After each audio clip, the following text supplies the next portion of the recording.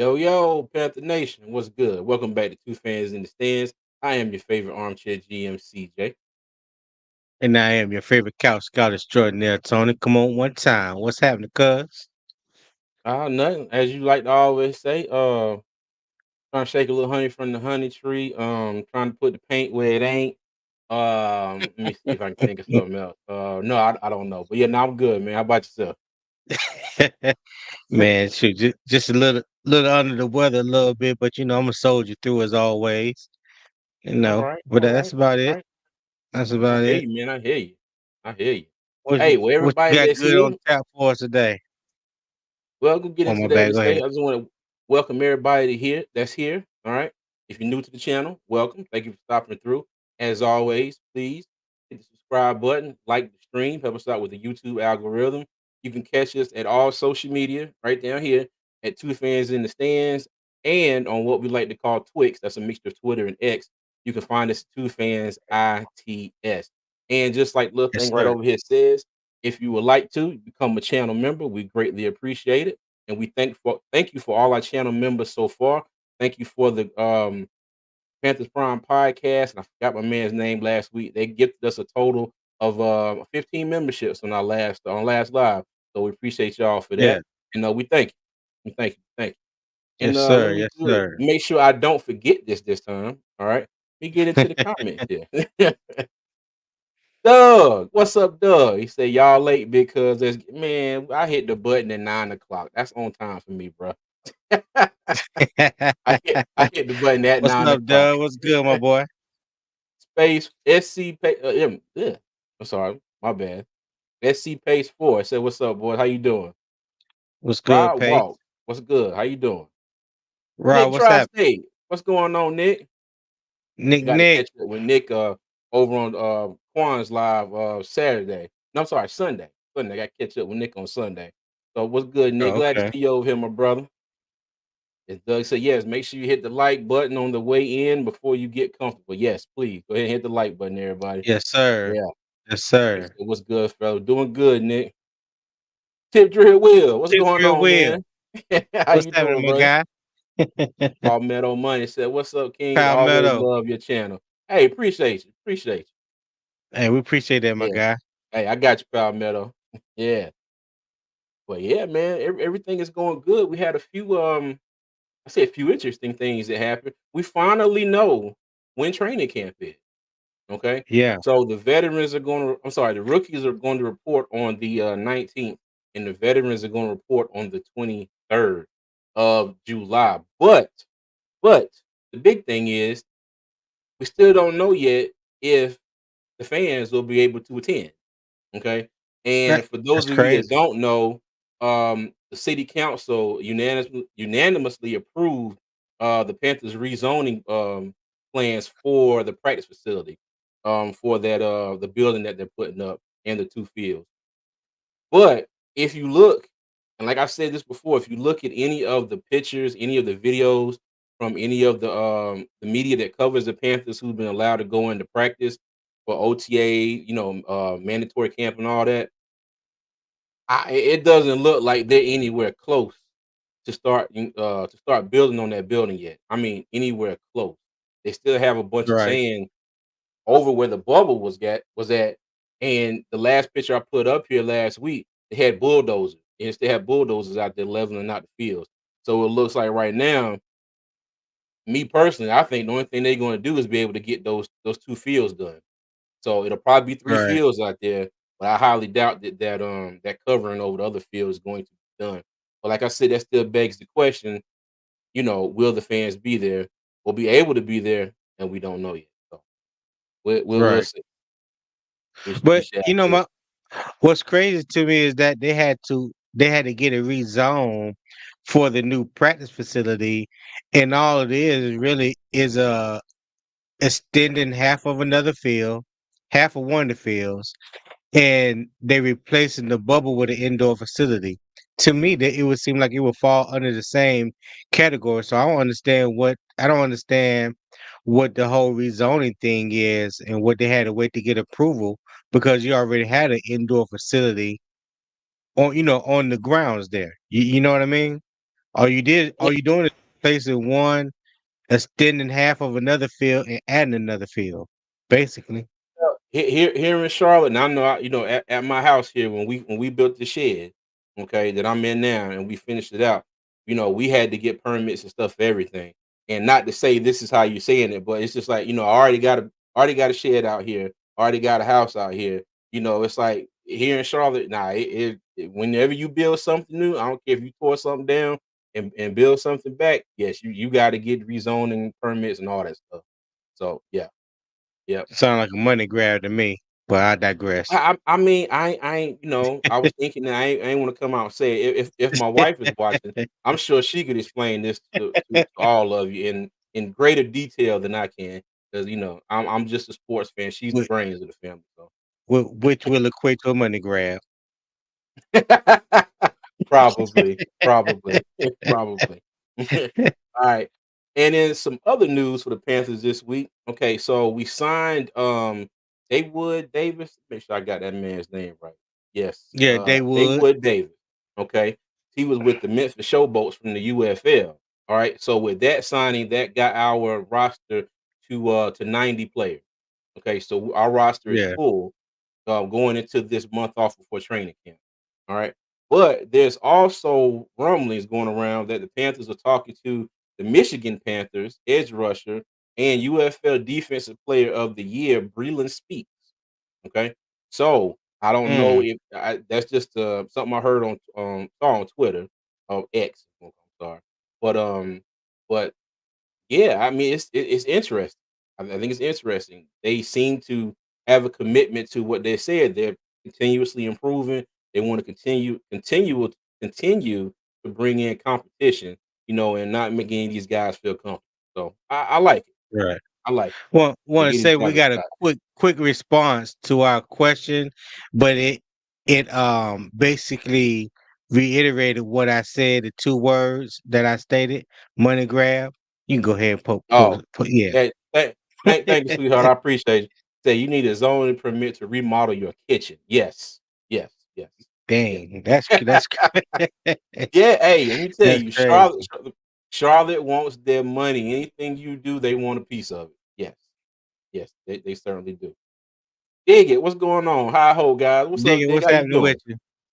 you? Anthony Brown, what's going on, dog? How you AB, doing, man? what's Let's going see. on? Palmetto Money said, y'all might have talked about it already, but what's your thoughts about the Panthers huddle #2 video that was released? I think Dan was the right hire, and these rookies are about to work. Okay, got you. Well, we're gonna get in there in a second and talk about the blueprint, Ep.2. Tony, what you think of my boy? Oh, I had a few thoughts, but the main one was, Mhm.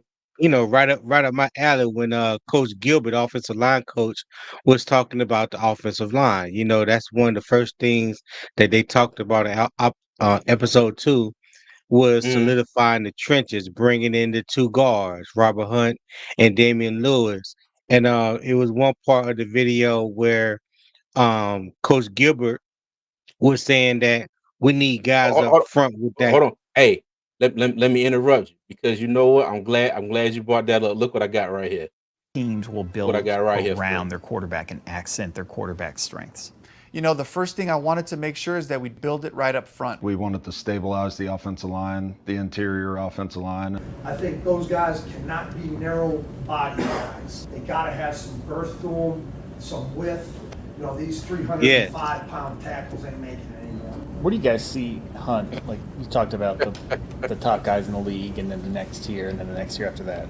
Like where does Hunt fit? Robert Hunt was a player that our coaches and scouts had pinpointed early. Robert Hunt was my number one guy. Obviously, he's got power and explosion in the run games. Watch Robert Hunt.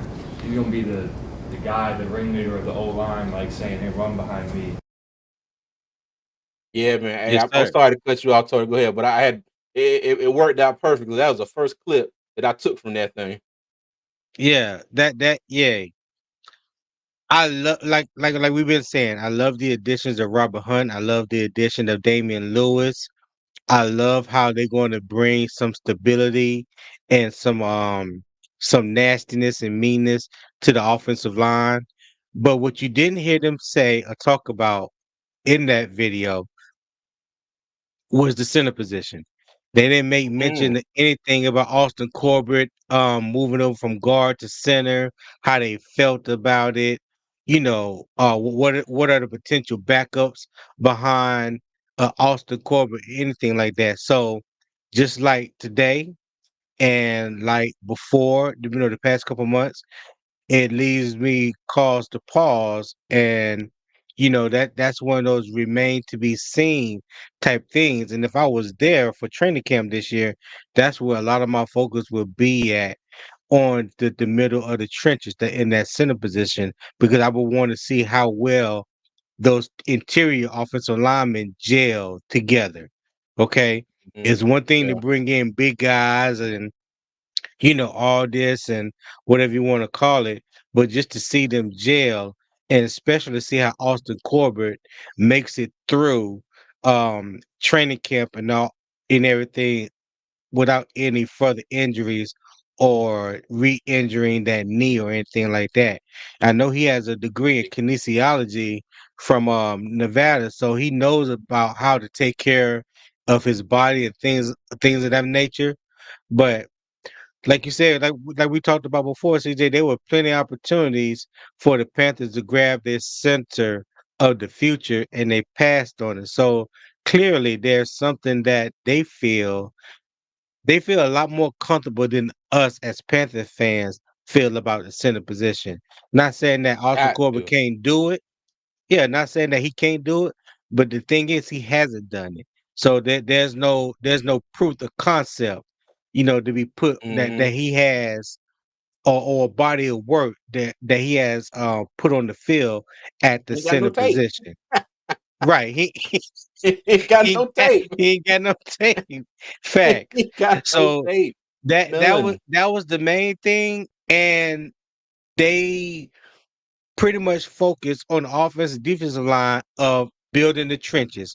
I always talk about the trenches. They always start up front, inside out. So Mhm. they did on the offensive line. They got Derek Brown, the running mate that he won with Ashawn Robinson. They talked about that. Like you shot. So it pretty much reiterated that Shot Tuttle will be the nose tackle. Ashawn Robinson will be one defensive tackle.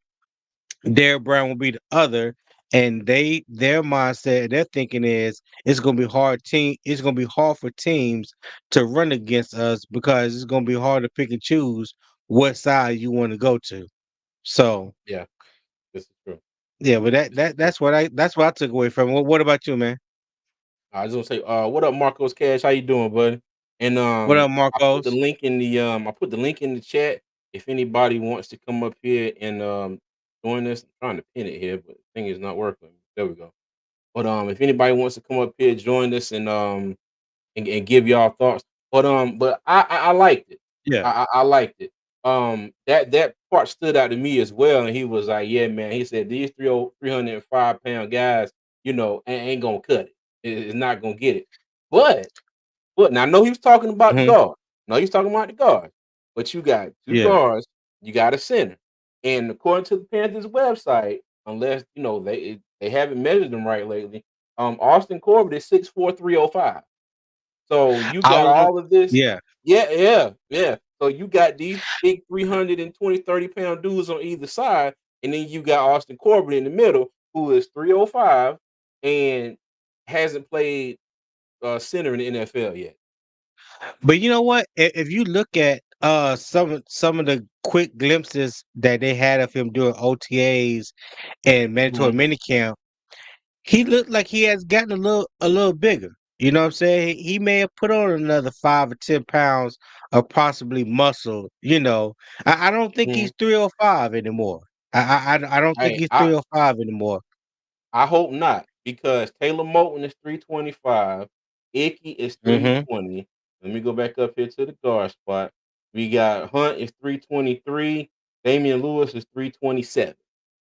Okay. Yeah. So that's 320 across the board except for your center, who's right there in the middle and needs a glass of milk and some vitamins. So Right. hopefully he put on some weight. But I couldn't help but bring that up, especially after I last agree Yeah. or disagree when we were talking about the Panthers make a mistake in and not taking the center in the draft.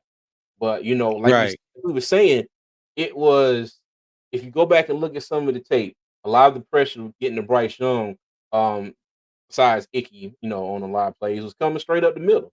The Yes, guard play sir. last year was just terrible. Injuries. Austin Corbett was injured to start the season. He came back, got injured again, was out. So it was a lot of stuff. It was a lot of stuff. Yeah. But this whole Austin Corbett move is still kind of a head scratcher to me. But like you said, they didn't mention not one single thing about a center in this entire Yeah. thing. Exactly. But and you Exactly. did bring him up. Hold on one second.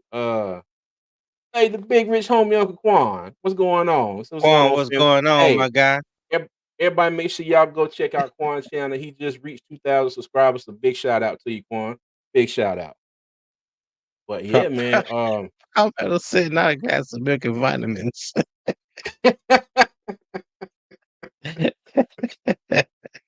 Hey, Oh look, that's God. the first thing that popped up into my head, man. Yeah. Okay, Marco said it's a blessed Wednesday after 2+ months of no rain. We're getting tropical storm Alberto. Oh, you down in Texas in the Gulf. Hey, Mm. be careful. I'm not even gonna lie. I must not Marcos been paying attention to the Marcos weather. Cash. Marcos Cash. I wonder if he down there in Mhm, San Marcos. San Marcos, Texas. Is that where your name came from, Marcos? mhm. But yeah. Hey, be careful down there. I saw a little bit on the news Yes, earlier. sir. All those beach towns are flooded, like flooded. So yeah. Yeah. Oh yeah. Let me see. What's up, Doug? Said Marcus Cash, you live in Texas. Yeah, man. Glass of milk and some vitamins. Panther dog. What's up? Panther Dog, what's happening? Yes, sir. Down here by the border. Oh, wow. Man, that's Mm-hmm. that's a hell of a way to get some rain, dog, after 2 months. Jesus. Oh Good yeah. man. Yeah, Mm, San Marcos is right outside of oh shit. It's coming to me. I'll gotcha. get it sooner or later. Yeah. All right. The bell will ring in a few minutes. So you be all right. Yeah. Doug said, I got you. Yeah, Dallas News was talking about the weather down there. Be safe, man. The storm surges that I hope aren't too bad. I done seen clips of people getting rescued, houses flooding, all those beach houses Yeah. down there. I mean, you can't see the street, you can't see the yard, no nothing. It's just water. It's water, vehicles, and houses. From the clips I saw, that's all you can see in some of them spots. Hey, you welcome, man. Hey, we praying for you, man. Hope you're doing good down there. Yeah. Oh, yes, sir. Woof, woof, woof. I had to do I thought about that for a couple weeks. I said one of these days when Panther Dog get on here real early, I was going to see if I can't do my best Georgia Bulldog impression. So let me see, Mr. Hunky Dory, what's going on? So how you doing? What's up, He Mr. said, Hunky "Love the Dory? fish there, Padre Islands, cheap, good food, and the fishing is top tier." Okay. Antonio, what's going on? How you doing, buddy? How you What's doing? going on, Antonio? Like you said, like, subscribe, and share the stream, please. We appreciate it. Yes, Good sir. food. Oh my God, Latin, Mexican, and Texan. You going to gain weight? Hey, maybe I need to send Austin Corbett down there. And Doc said, "Love it." Yeah. I hear you, bro. Okay. All right. Well, now you did mention one more player that I wanted to talk about. As far as the blueprint and Ashawn Robinson. Yes, Okay. sir. And I was excited to hear what he was going to My say dog. just from the little snippet that they put out as a preview. So you can go back to this real quick. Critical factors for a defensive end, extremely tough and competitive. He can anchor at the point of attack. Has play strength, heavy hands. He's got to be able to have an explosive strike for impact. It's pretty obvious right now that we need another starting defensive end. Ashawn Robinson. A definite upgrade, starting end. I think he's hands above everybody else. It's going to be hard with him and Shai and Derek for a team to run the football against us. This will be a conviction guy for me. You have Derek on one side, you have him on the other side. Like, where are you going to run? You know? Yep. I agree with Josh. You know, I think there was him, and then there was a line of the guys I looked at. Okay, I'm gonna pause it right here before we get to this clip right here, because this right here was funny as hell to me. All right, but before we do that, hey, Will, man, we appreciate you with the $5 super chat. He said, fellas, A. Robinson got me hyped on the blueprint. Can you imagine how bad Panther Nation will cook him if he doesn't produce? LOL. Ooh, we. Yes, indeed. Yes. They Yes. are going. Yes, indeed, they are. Yes. They are going to But cook him.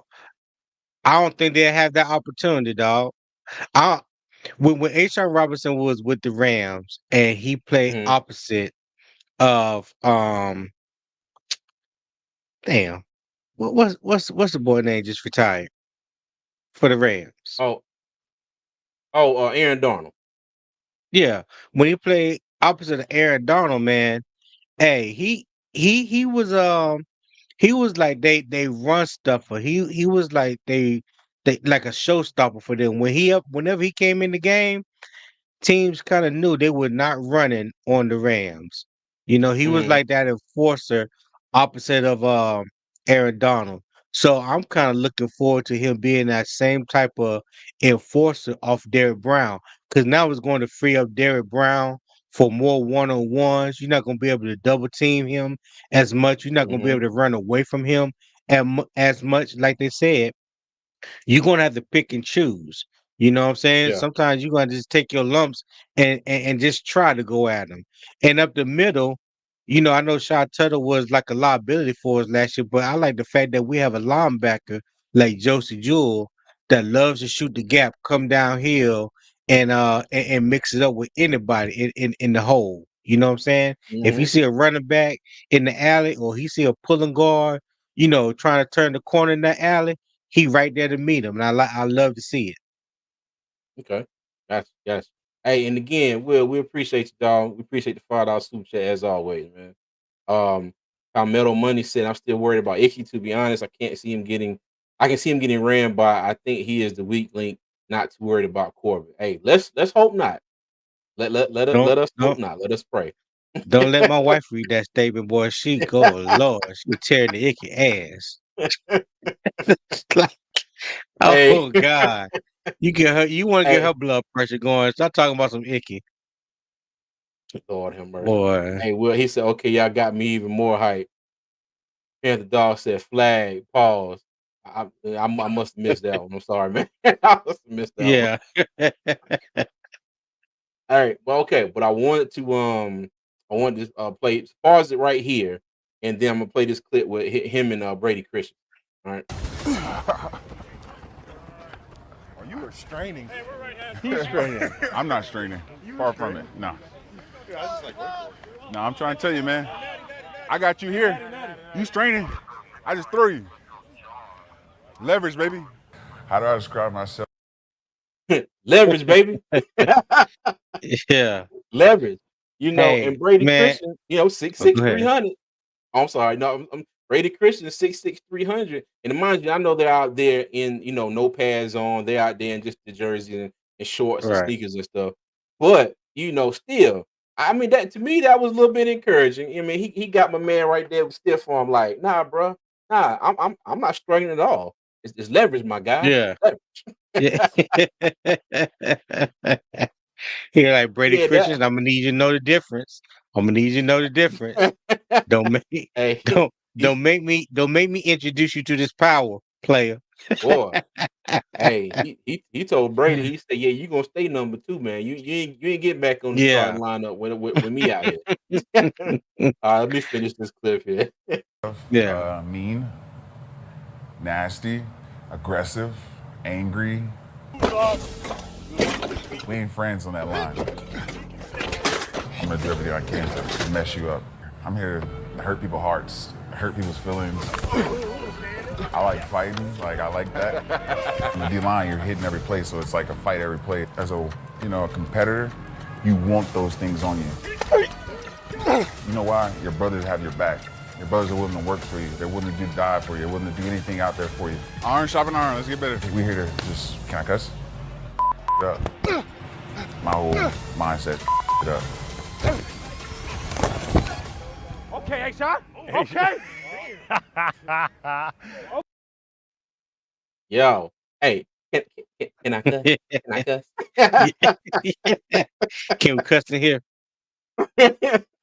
Yo, but to me that was kind of funny because that they left that in there because it's like he's getting this. I'm out here, man. I'm about to tear shit up. I ain't none of y'all damn friends. Like your Yeah. mom said, I ain't one of your little friends. I'm out here to do Yeah. a damn job.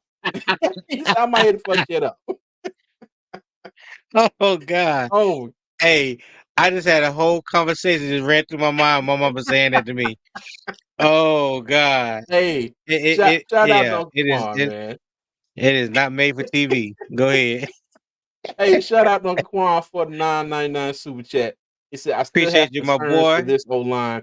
Icky trash and won't get any better, and we don't even have a dang center. I'm not feeling 100% confident just yet, and these injuries are giving me PTSD. Yes, yes. Hey, again, appreciate you, Uncle Quan. We thank you for the super chat, dog. Thank you, thank you, thank you. But yeah, but I think a Hey, lot of us do go have ahead. the same concerns because there was another play, and I didn't look at it. There was another play with somebody, and no, actually, I think this was during the last bit of OTAs. There was another play where Ickey, again in his normal stance, was just watching somebody run past. I think it was when Bryce Right. threw that pass to Deontay Johnson down the sideline. But in the clip, you see Ickey turn to the side like this, and his man is already back here, You talking about going towards the OTAs? quarter. I think it was in mandatory camp when Bryce threw that one of those passes to Deontay Johnson outside. Hmm. Yeah. There was a clip. I should have got the image of it, but somebody had posted it on X, and it was just like, see that this ain't it. So y'all ain't even hit real action yet. The bullets aren't even flying, and your man is already running past you. And I was like, nah, that's not a good look. That's not a good look. Yeah. But I will say this though. I will say this. I wouldn't be surprised if he goes out there and struggles this year if you don't see him get pulled for however long for what's the man they brought in Josh Nyman or whatever his name is. Yep. But with I appreciate you, Uncle Quan. See Go Rock Jones. What's Panther up, Rock Dog up Jones? above it. Hmm? Oh, Panther just shoot Dog. the gap, come down here, mix it up and oh. Hey Got you, man. Panther Dog. Got you. Yo, let me You, tell you, you hey, don't have Panther you Dog don't be have on to take top of it, man. everything so literal. Pause. Hey, continue, Panther Dog, man. Hey, that's what I like, man. I appreciate you, man. Look, Quan said, "LOL, yup, still ass, nothing new." That's Doug's guy. Yeah, Hey, well, I'm an I Icky said fan. it I too. know I know he had a horrible season last year. Ain't no way to can't defend him. Ain't nowhere else, no other way to describe it. I mean, Hmm. his sophomore year compared to his rookie year was nothing to write home about, to be excited about. It makes you Hmm. question was he even worth the first overall, not the first overall pick, but the first round pick last year. Like Yeah. all those thoughts ran through my mind. But like we've always said before, CJ, depending on every player blossoms in a certain scheme. There's no one scheme fits all for any certain player, no matter what Right. position that you play, whether you're a skill guy, receiver, cornerback, running back, or if you're in the trenches. Some players play better in a 3-4 than they do in the 4-3. Some people play better with their hand in the dirt, in the 3-point stance, Hmm. or a stand-up linebacker, edge rusher. Some corners play better in press man than they do in zone and vice versa. Like there are different schemes for everybody. I just think that the scheme last year was not only Ickey struggles, but there were other people on the offensive line that struggled as well. And I I do think because the two guard positions wasn't solidified. I think those tackles in the center position were trying to overcompensate for what was lacking at the guard position. This year they don't have to worry about that. So this really gonna see if last year was truly a downfall based on Ickey's play and his play alone, or was it more so that he was trying to help out, the guard position and was giving up a lot in his position? Now, there were some instances it didn't make a difference who was playing guard. He just got flat out beat. Okay, let's just Mhm. call a spade a spade. He just flat out was just getting his ass whipped on against a lot of people he was playing. But that offense as a whole, there was definitely nothing to write home about last year. And on top of that, on top of that, that's why I said I have to give Chuba Hubbard so much credit. He still almost had 1,000 yards rushing, and he didn't even start the first 4 or 5 games of the season. So, Mhm. Yep. we just Fact. hope that we can get back to like year one for Ickey, year one Yeah. or better. Yep. Real. All right, and Nate, I don't want you to think I forgot your comment. I was gonna get back to it. I'm gonna try. He said, "What do you think about the kicker situation?" Yo, let me tell you. When I say we had a clip last week with us Looks like and it's gonna Panther be kind of Prime sick to me. podcast, huh? No, not even that. Not even that. I made a short about it. About It's we were thick out talking here. about Eddie P. Hold on, let me see if it'll play here real quick because Oh it's important. Let me God. see if this will play. I say that to say, when the team drafts a Oh. kicker with what you've done, does that make you feel some kind of way? I don't think they drafted him, but I'm sorry. yeah, it's okay. Hey, yo, I'm pause it right there.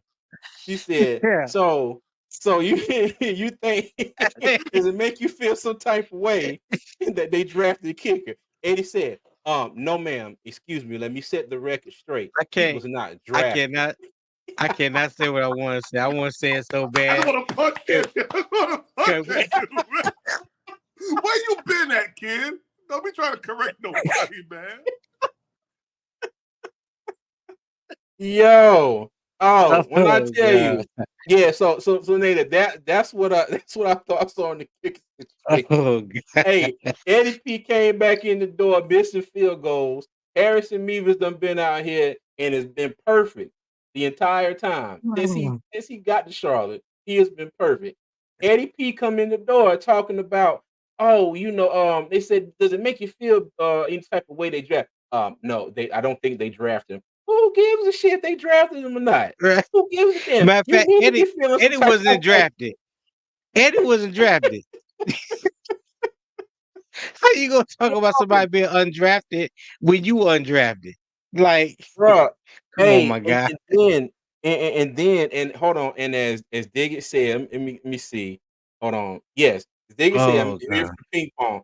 Later on, this joke gets up there, and they're asking him about, I guess how people were receiving him coming back and not being here Yeah. for the voluntary OTA. He was like, "Oh yeah, everything is good. They're waiting for me to come back because I'm really good at ping pong. They had a ping pong game. Everybody was excited. Like ping pong, like ping pong." Like, bro, you better ping pong your ass out there on the field and get the kicking. Like, come on, dude. Oh God. You got Harrison Meavis out there making kicks 60-yard plus and yeah. But Nate, to answer your question, that's how we feel on the kicker. Eddie P better get his ass in gear and show us something training camp and preseason or hey, and I think and his whole thing was, I think it's a little bit of a contract dispute. If I'm not mistaken, right Mhm. now he ranks third all time in field goal percentage behind Justin Tuck and somebody else, but he's at like 89%. I think he said he wants to get up into the 90%. But like I said before, it's not that he's not a good kicker. Everybody is remembering Eddie for that damn Falcons game. Now, mind you, he won us 2 Mhm. games last year, but when everybody think about Eddie P, they think about him missing that damn extra point and that field goal in overtime lost us that damn Falcons game. But yeah, Didn't Eddie last year? Wasn't it last off season that he had just signed a new contract extension? Wasn't it a 3-year, $12 million contract extension? I'm not sure. I'm not sure. I Don't could don't I don't could have get me in the sworn line. maybe somebody in the chat, if y'all remember what Eddie contract extension was, but he signed a contract extension, I believe, last off season. I think it was 4 years, 3 years, $12 million, something like that. Okay. Yeah, I'm not sure. Somebody let me know. I appreciate it, Mr. Hunky Dory. He said Eddie went straight to an aggressive defense. LOL. He went from skipping down the road to holding two paddles, staring at the ball.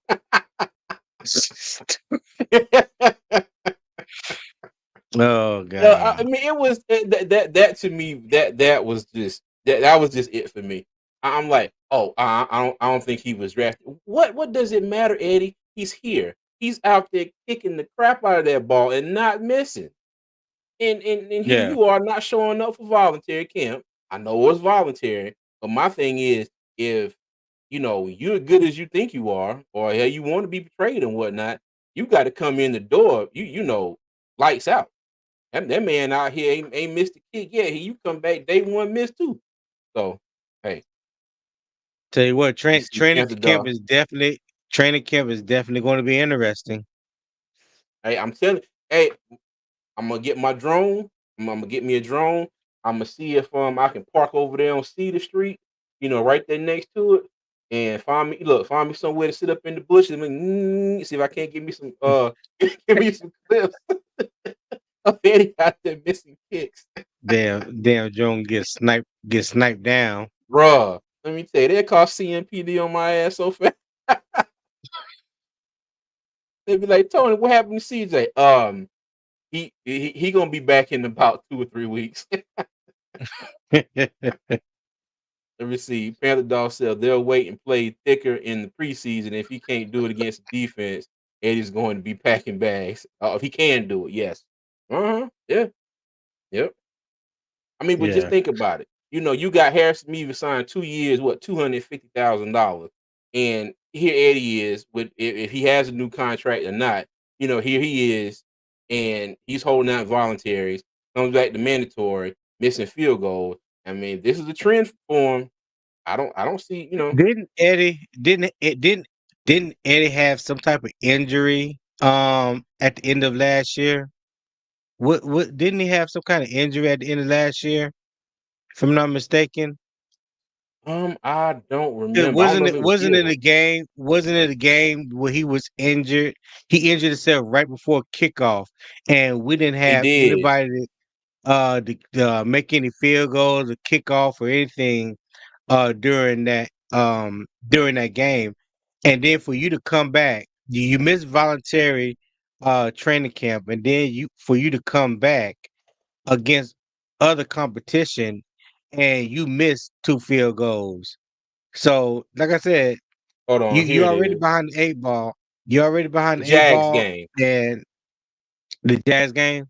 Yeah, Okay. the Jags game. That's what it was. Yep. Yep. You absolutely right. My bad. I'm sorry. I just pulled it up. Go ahead. Go ahead. No, go ahead. Oh no, I'm sorry. I thought you was. I didn't mean to cut you off. That's all. Okay, I got you. I got you. All right, let me get more of the comment. Native said my grandma can win that 25-yard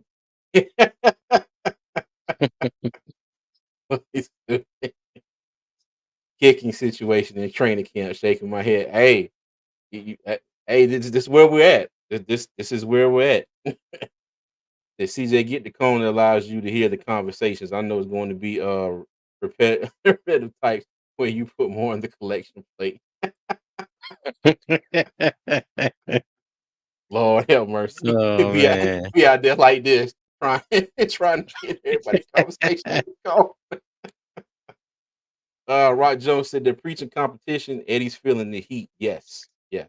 Mm-hmm. Oh, Austin, you were right. That's right. Camus Grugier Hill was kicking off that game. And Yeah, he Kamu actually did. Grugier He here. actually did okay. He actually did okay. Yep. Yeah. I don't think Mhm. he didn't kick any field goals, but he was Mm. doing kickoff. Yeah. Yep. Yep. Jags game, no kick. Yep. Let me see. Is CJ about to get his aviation license for that drone, or the Panthers are going to sick Ian Thomas and the NSA on? That part. That part. Yes. Hey, Yes. let me tell you, if I could get away with it, I promise you, I would. I promise you I would. But I ain't got no doubt if they see a damn drone flying up over there, somebody's gonna come out there and I'm gonna be out of how much I spent for it. So, but yeah, like I said, if I could get away with it, I'd do it. Yeah. But Yeah. People that's neither people here can nor say what there. they want about CPMD, but them boys sharp. They be in your ass in See, two point see two who? seconds. See who? Huh? CPMD. CMPD. That's what I meant. That's what I meant to say. Yeah, CMPD. Oh, good. When you said that, I thought EPMD for a second. The rap group. He said CPMD. Mhm. Oh my goodness. All right. Well, okay. Little sidetrack there. But going back to that last clip, Ashawn Robinson, hopefully he can be as much of a dog as he was in these clips during the regular season.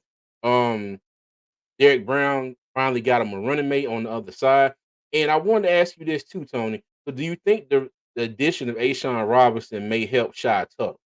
Okay. Do you think it all possible that that may help him get back to playing the way they thought he would last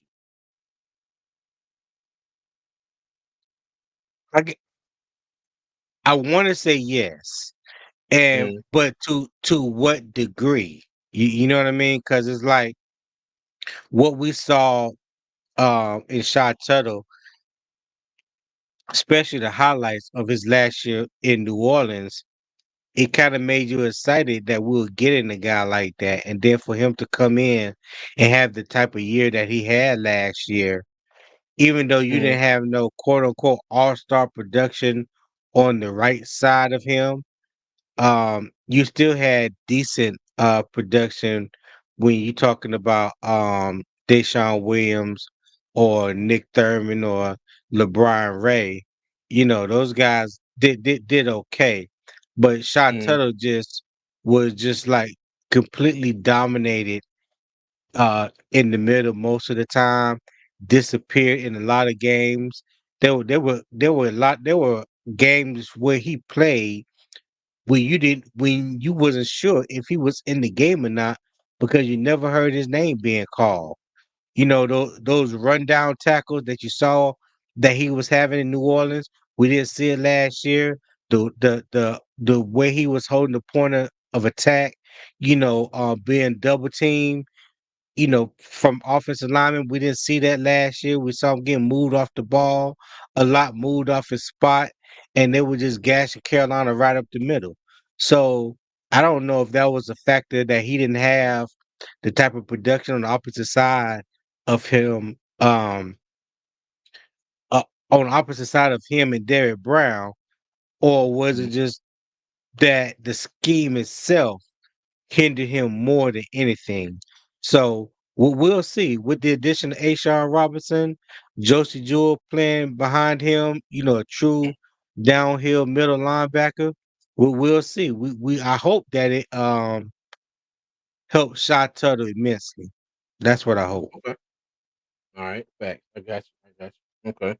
And one I more be little careful. clip here. I have to be careful with my words. I ain't gonna get no flag on the play. I got you. Hey, well, one more clip that I thought was really interesting. Was the clip they did with when they was talking about the Rams trade. All right. Let me pop that up here real quick. Hello? Hey, Tom, what's up, man? Hey, what's up, Howard? Are you guys going to pick at 39? What do you got? During the draft, I think it takes a lot of patience. There's always, that sense of urgency, whether we need an answer, whether they need an answer. How much time do we have? If you're not patient, you can make some bad decisions and, screw some things up, so. Whoa! Hold up. What? Grants was offered next year's 2 to move back to 52. Next year's 2. Next year's 2 plus this year's 52. It's pretty good. But when they offered what they offered, it was too good to pass up. We didn't have a 2 the next year in 25. So to get that 2 back, it feels really good going in the next year. Okay, so thanks. That's fun. We got a 2 for next year. That's huge. I think anytime you can get future picks in the draft, I think that's important. We want to build through the draft. We want to draft and retain our own, and part of that is having picks. Okay, so as somebody who was watching the draft, and I was sitting there, especially in that second round, screaming and yelling at the TV, why do we keep trading picks? Like second, third round, like why? We keep trading, keep trading, keep trading. But if you look at it, how they're talking about now, we got back our second round pick from next year. And I looked it up right before we started. We currently have 9 picks next year. All right, we got our first, second, third, fourth, 2 fifth-round picks, 6, and 2 7th. Okay, but the order of the Okay. 7th depends on our record compared to Arizona's record with the trade for Robbie Anderson a couple years ago, and then in the Chiefs trade for Emir Smith Marset. So the Chiefs are going to get the whatever if let me see, they're going to get the highest out of those 3 spots, and then we're going to have the other Okay. 2. So we're gonna have 2 sevens, Yeah. and then the Chiefs are gonna get the higher out of those spots. But from a future standpoint, yeah, I get it. I Yeah. get it. This is going to be a process. And me, I'm sitting there like, come on, man. Like, what are we doing? What are we doing? Now, do something now. I'm sitting there watching all these centers go off the board, all these cornerbacks go off the board. Y'all keep trading, y'all keep trading. But now I sit back and look at it, I'm like, okay, let me sit back, let the There was a man work. method to their madness. Yeah. Yeah. What you think, Tony? Yeah. But there's a few things because I don't know if you got the clips of them, but there was a few other things that stood out to me, and I'm pretty sure people caught it. But when you hear me say, or heard me saying it in the past, relationships matters. Hmm. Relationships, people coming from other organizations. Doesn't matter how many teams you have played for or how many teams you have worked for. Relationships are formed and created. So I like the fact where he was talking about the relationship between him and Brandon Beam. And before the draft, Brandon said to him, if y'all thinking about uh trading up, let me know. Or if Hmm. trading back, I can't remember who initiated the Trading the comment, pick. Yeah. the conversation. But it just goes to show that there was something in place for a possible trade before the draft. You know what I'm saying? And there was a relationship that was formed between him and Brandon Beam that he probably couldn't have made that trade with anybody else. You know what I'm saying? Yeah. Just even though it was only one spot. Okay. Even though it was only one spot, he still made it with someone that he knew. And it was through a conversation that was kind of established before the draft. And I also like the conviction that Dan Morgan had when he talked about Trevor Wallace and when he talked about Michael Barrett. Even though Michael Barrett was the 6th-round draft pick, I think he was the last pick that we had in the Hmm. draft, Yeah. but his conviction on both of those guys and how the other former All Pro linebacker Louis well, I can't remember his last name, but anyway, he I sent know you're Dan talking about. Morgan a Yeah. message. Yeah, he sent Dan Morgan a message and was like, that was my guy. That was a great pickup. So, you know, he- hey, Dan Morgan played this game at a high level. That's Hmm. his position. He knows exactly what he's looking for at that position, and these two young men definitely possess the traits that he was looking for, which is the reason he spoke highly of them, and they went after him. Okay. Now I want to bring this comment back up here. I know y'all can't see the emojis on the screen here. The Panther Dog said, "My guy Brant Tillis goes to bed with his calculator." Pause. That we got the number one super nerd that he's running the show behind the scenes, man. Yeah, man. Hey, and it was funny because I sat here a couple shows ago and I was like, yeah, I ain't seen nothing from Grant Tillis, and I thought it was gonna be a little bit more and this, and that, and the third, and Panthers like, okay, we got you. We'll show you a little bit of what you're doing. But Right. hey, so far so good. But I still reserve the right to be just a little bit concerned about cap wise, how we're doing. Training camp, will we be able to sign anybody? We'll be able to go after Gilly, because another thing that Dan Morgan said later on, I forgot, I think it was when they were picking Tavian Sanders, and he was like, well, a lot of the corners that we really wanted, they were already off the board. I'm sorry, Trevor Wallace. They were looking at corners, but apparently all the corners that they wanted were already gone Yeah. at that point. Yeah. So that's when they pivoted and went the route of Trevor Wallace. So I also thought that was interesting. Okay, Yeah, but yeah, because but I know he was like they were waiting to pick Trevor Wallace. Trevor Wallace, excuse me. mhm. And Dan Morgan was like, man, I'd be so pissed if he's not there when we pick. Yeah, I saw that. I saw that. Yeah. But yeah, man. But overall, I liked episode 2, and there was a lot more stuff on there. If y'all guys want to go check it out, they did a lot Yeah. of uh when the players came in. Robert Hunt, Damian Lewis, the Ashawn clip we had right there. They followed Davian Clowney from his house when he rode at the Bank of America Stadium. You Right. got to see when he saw his locker and he said, we ran it back with number 7. So, that was pretty cool to see. And Pull up. one thing that Hmm? No, go ahead. Go ahead. Go ahead. Go ahead. Oh, and one thing that I did notice, and y'all tell me if I'm wrong, okay? I know we weren't there and we couldn't see Tepper like the entire time they were in the draft room, but it does seem like he was kind of, just kind of there. I mean, he was talking and they were, running stuff by him and all that, but it didn't seem to me like he was as involved, as he was previously. I don't I don't look at it as them they were running stuff by him. I think they were just keeping him, letting him know what's going on. Cause we Mhm, people always have said he's not a football guy. He don't know nothing of football. Know nothing about football. That may be true. So what's the mhm, best way to learn about football? You let people explain it to you.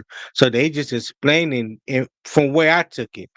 They were explaining yeah, to him what was going on with the picks, with the moves, with particular players that they like, what it mhm, may or may not take to get, said player, things like that. Um, I don't think he was as hands on like, you know, in the past. I think he kind of felt, he kind of fell back a little bit, but he still wanted to be involved. Again, it's his team. You know what I'm saying? mhm, yeah, There's not a draft war room that don't have a owner in it. Every owner, every team is in the draft war room. Some of them are just not as loud as Jerry Jones, and I call him out particular because we know Jerry Jones is the head of Jerry's maintenance, the World. GM, Get the sous chef. He doing all that. You know what I'm saying? So general contractor. yeah, so I think I think as time goes on, he's going to get more and more comfortable because you did hear Dan Morgan him say, and Dave Canales, it was like, look, the Temple, they just want to win. You know what I'm Mhm, saying? They want to win. They want a product that they believe in, and they want to, have the people in place that they can believe in that can go out there and accomplish the goals that they want to accomplish. Now, I'm not trying to dissolve David Tepper for anything because he's still an mhm. asshole. Okay, but I don't think he's meddling, you know, as much. Like he did in previous years. I think this year kind of be different. I'm hoping. Let me say that. I'm hoping that it be Okay. different. Hey, look, Panther Dog said Tepper probably told him to cut his talking scene. Hey, I wouldn't put it past him at all. At all. All right. Next subject here. All right. So I'm doing this thing weekly where try to compare our position groups for the Panthers to the other position groups around the NFC South. Okay. And this week, we're going to start with the running back. All right. And what I'm sorry, not start, but this week, we're going to continue on with the running back. So I beg the question, which team has the best set of running back in the NFC South? Before we get into the slides here, now, Tony, going on the starter, okay, going on the starters, how would you rank the starter? The starting running backs in the NFC South. You got Alvin Kamara, Bijan Robinson, Chuba Hubbard, and Rashad White.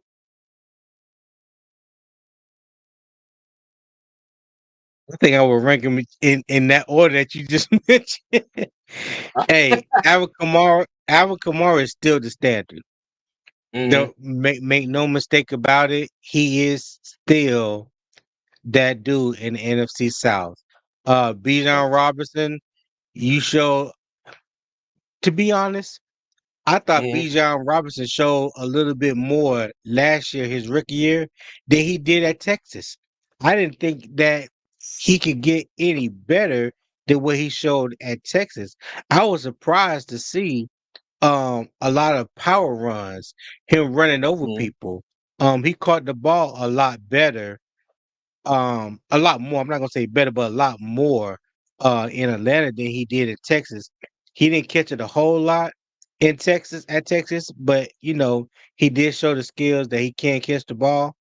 But he showed me some glimpses of CMC last year with the one-handed catches. He was just snagging the ball out the air. I mean, he looked like a Mhm. natural slot receiver, big slot receiver playing running back. You know what I mean? We know we talked about Chuba Hubbard, you know, consistently on this channel and his Mhm. progression and his getting better each and every year. I definitely was not a fan of Chuba Hubbard his rookie year. I did not want us to draft it when he came out. I was more of a Khalil Herbert fan than I was Chuba Hubbard coming out.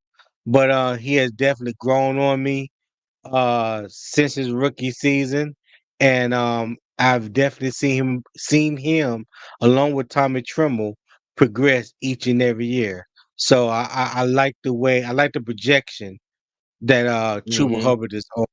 And Rashad White, he had a decent year last year playing with Dave Canales, and I think Rashad White gave Dave Canales kind of the blueprint of what he wanted in a running back. That's why went and got a Jonathan Brooks.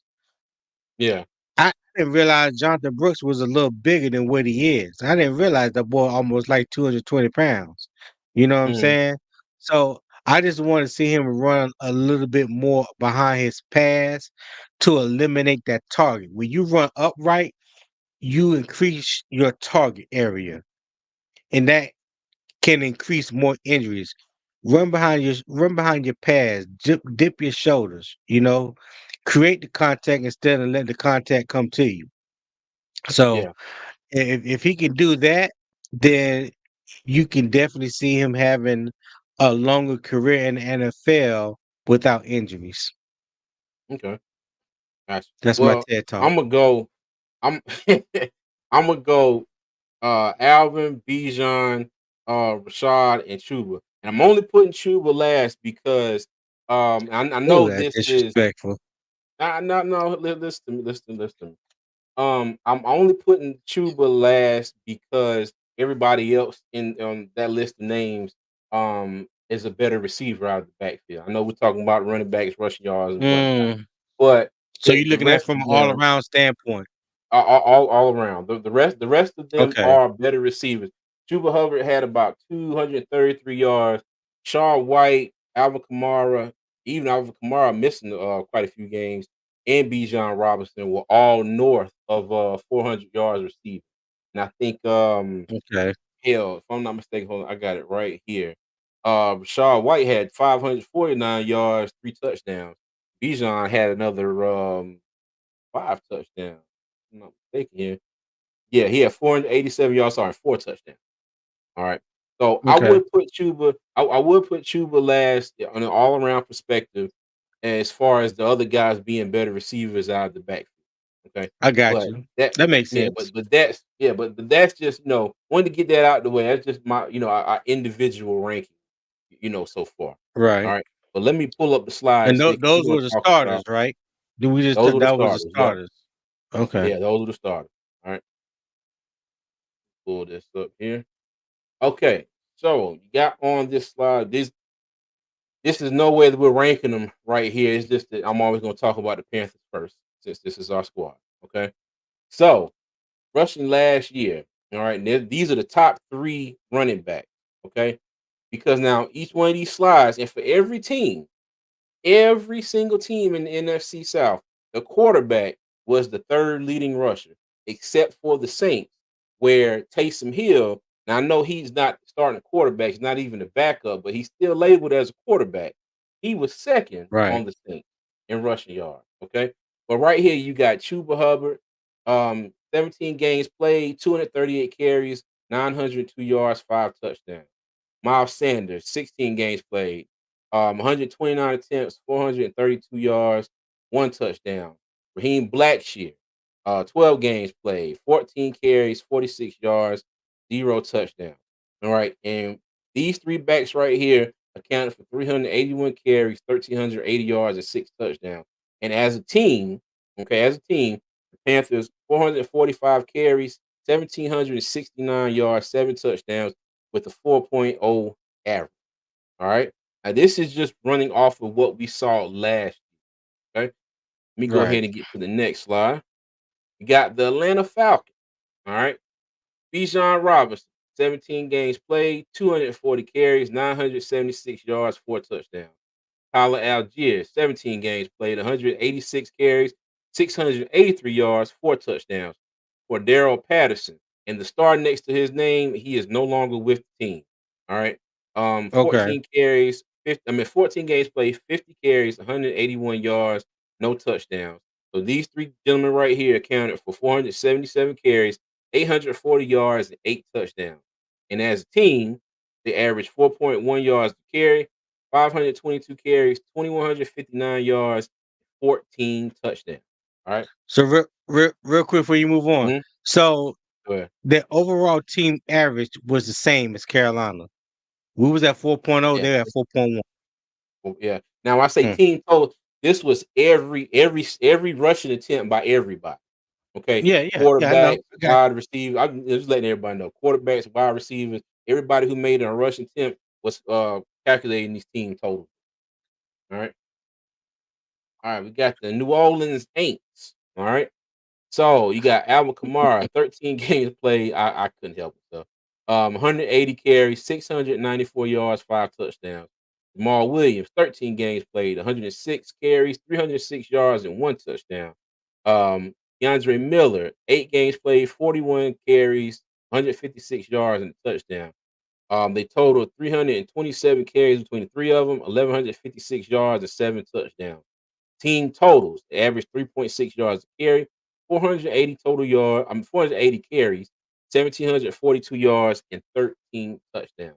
And a lot of that disparity with the Saints between these running backs, their total and team total was Taysom Hill, who had 400 yards rushing himself. Okay. Mm. All right. Tampa Bay Buccaneers. Okay. You have Rashad White.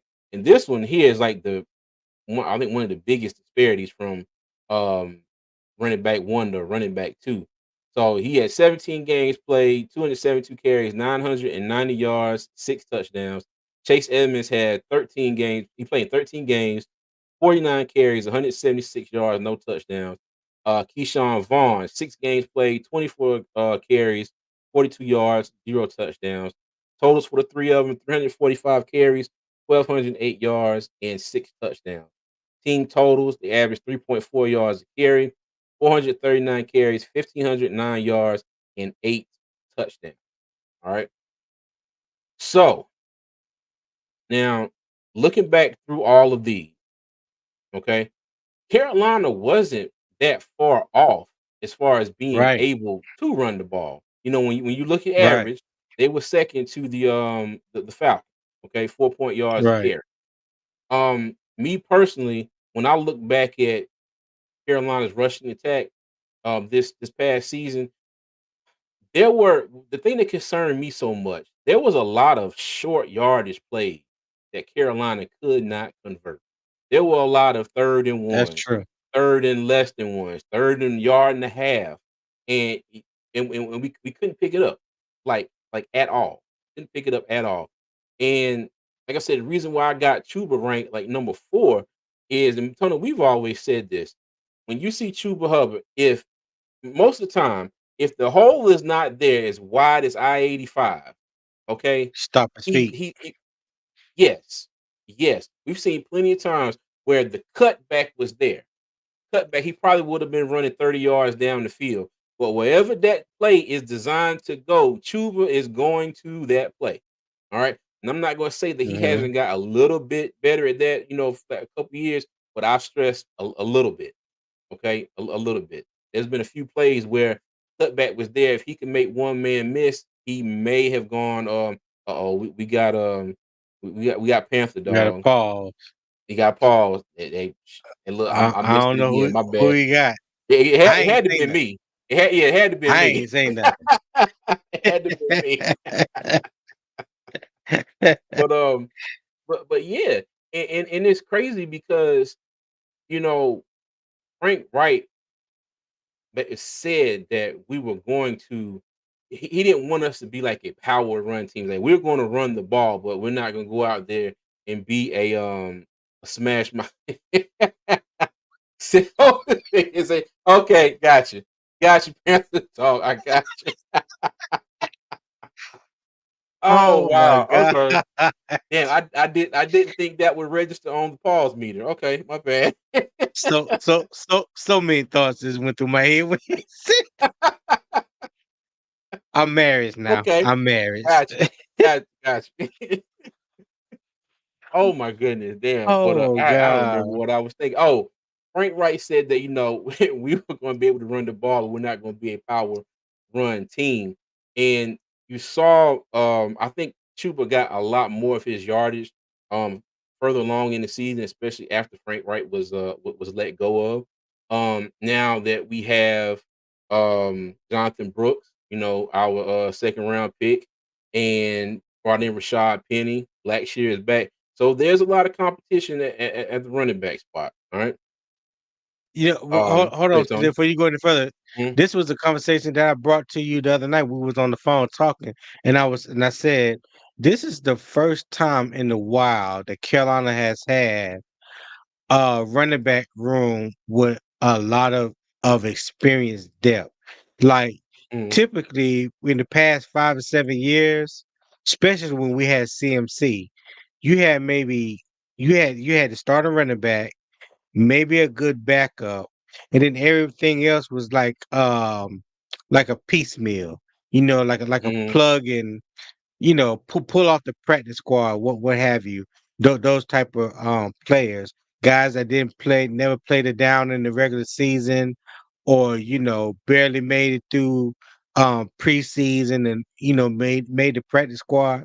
But this is the first time in a while since we had D'Angelo Williams, Jonathan Stewart, and Mike Tolbert, to where Carolina now has some depth at running back. When you talking about Chuba Hubbard, Miles Sanders, Rashad Penny. Those are three quality backs that have started at some point in time in their career in the NFL. And then you go out and you draft the number one running back in the draft coming out of Texas. That's why I said there's no rush to get him on the field. Let him mhm. heal. Make sure he's 100% ready to go, confident in his knee before you put him back out there. I think Carolina has enough potential in the running back room to run the scheme that Dave Canales wants to run. I still don't know exactly what that scheme is, but I know he wants to Yeah, run the ball and he's not shy about running the ball. So you really have three uh running backs that can get the job done, and Jonathan Brooks can be brought along when he's ready. yeah.